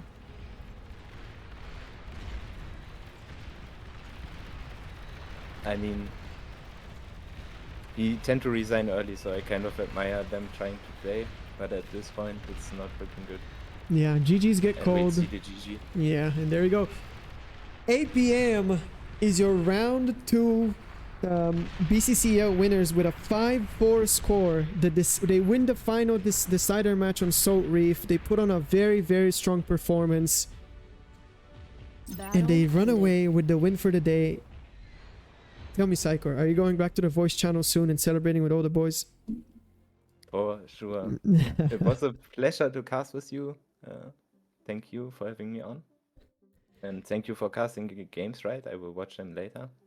Will be nice. Yeah, it was also a pleasure having you on, and I hope we can cast some more in the future. Thank you so much. See Yeah, you. yeah, Goodbye. yeah. Goodbye and congratulations. Yeah, and yeah, congrats to the winners. It was an absolute pleasure to cast these games.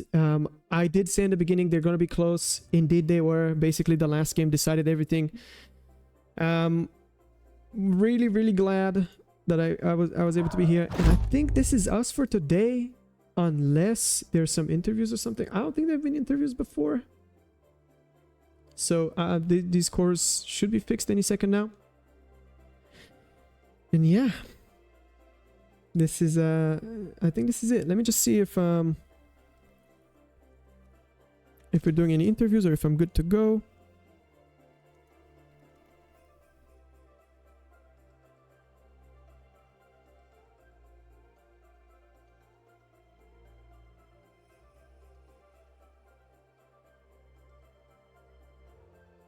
But yeah, while we're waiting for that, guys, I want to wish everybody happy holidays. They're encroaching soon. If you are wondering when is the next round of BCCL, I believe it will happen January, after everybody's done celebrating for the holidays and for the new year. So yeah, I'm sure there will be an announcement. If you are in the Discord, you can look there. If you are not, make sure to join up. And yeah, next I think next round might be the last one. I'm not sure how it works, and after that the BCCL might expand. So yeah. Okay, it looks like we are doing interviews, so I'm gonna start pulling people in. Hey, hello. Win. Yeah, congratulations, guys! Great games. You put on a really, really strong performance in that final game. Really clutch defense from UZ. We saw those Deacons. Oh, great! You saw them. Good. yeah. So yeah, I'm sure you're very happy with yourself. Are we waiting on any more people? Yeah, I think Rax is going to be coming, and someone else too.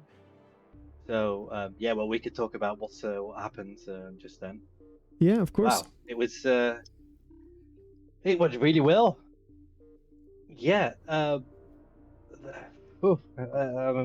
adrenaline is quite high right now, so I don't know exactly what to say. But it just went according to plan. We had a plan. We all followed the plan, and it just went good. Yeah, the plan was. Sure, there were 1 or 2 things to improve, but it was good. It looked really solid through and through. Really a clean macro from what we were able to notice earlier on the mech upgrades, earlier on the tier 3 non-stop aggression. It was really, really good. You defending top side. It looked really clean. Yeah, you guys can definitely be proud of this one. Thank you very much. Yeah. Yeah, it was when Flying was playing his game on Horus. We thought, oh shit, it doesn't really matter if Flying wins or not. We're gonna have to win both the team games to win. And then we played the game on Gasbags, and that went much better than expected. The beginning was we were sweating slightly because we saw Razor was on the hill really quickly, but yeah. Rax was doing so well top that basically just being anyone else had to hold, and we got that game. And Yeah, I then was the really 5v5. Yeah, speaking I of was really Rapsy, happy with the LED gun. Hey Slick, hey Zebug. Yeah. I was nervous right from the first game. Even watching it, I was getting nervous. I was like, oh no. yeah. Yeah. But it worked out in the end because the guys played absolutely superb. Really proud of them. Yeah. It's really good. Yeah, really good games, guys. It was a pleasure to watch. Congratulations, Raxo, for the win. Very impressive performance on Salt Reef and on the Gasbag game. You were very, very convincing win on Gasbag. You were doing really well, and I want to shout out Ervos as well. He was doing well with the shuriken, definitely. Yeah, he did great. Yeah. Yeah, absolutely. I was really impressed with Heavywater against Randy. That game was incredible to watch. He was so close. All right, there you have Mirrored as well. Mirrored, hello. He's muted. Unmute yourself, Mirrored. No. I turned push to talk back off, so now I'm back though. Right. Yeah, pro. We won the round, but guys, it's wow. Didn't expect it Yeah. to. I was expecting it to be close, but wow. Very well played, dude. Very well played. I was spectating, and I have to say, you guys had a very comfortable lead after the earlier T2 lab. It seems like you guys abused it very well. So, very well done. Yeah. Which would you guys let me know? What is everybody's favorite game from this series? From today, Yes. yeah, I think Heavywater's game was, even though he lost, it was a good game to watch. He was so close to winning it, but and he just lacked the experience that Randy had to close the game off. It was a really good watch, that one. Yeah. And I really enjoyed the 5v5. It was, it was just so much fun to play. Pro put up a really good fight, lots of surprises, but we managed to pull it together. Yeah, for me, it's also the Heavy versus Randy game. That game was way too close for comfort, and especially Heavy almost like pulling the trigger like that. It was just so good to watch. My heart rate was like the same level as when I am in a very tense game against a high-level player. And I'm just spectating, like it's so good. yes, I'm shouting at the screen, but Heavywater can't hear me. yeah, Psychor did mention that you guys were in. A lot of people in the voice channel were just screaming. The vibes were big. Yeah, at least Yeah. 10 people in there saying like, "Heavy, go to his base! Oh, you almost had it." yeah. But I want to say I'm really happy about the Mirrored versus Vidor game. Obviously, it did end rather quickly, but just the excitement from seeing that was the matchup. Again, we're gonna see Vidor versus Mirrored because last time you guys faced off in BPL 6, was it, or was it 7? It was very cinematic games. It was everyone's most favorite matchup, basically. So everyone's really happy to see you guys are gonna play each other again. Did you have a hunch that you're gonna play against Vidor on Aurelia? Yeah, I think we Mhm. discussed that before, is that Vidor is most likely to go Aurelia. Mm-hmm. Not specifically why I picked Aurelia, it's just that is like Eye of Horus was FlyingDuck's map. Like he just plays that so much, it's his favorite map, so we had to give that to Duck. And I personally hate Hearbreak Hill with a passion. So I just wanted to pick a 1v1 to be one of the first players to go, and that Aurelia was left, so... Yeah, that makes sense. Okay, and I'm pretty sure Duck knew he was gonna face off against Lopatka, right? Because they already played Eye of Horus. He probably knew he was gonna pick it again. But yeah, did you guys expect Randy to play a 1v1? Did you foresee that happening?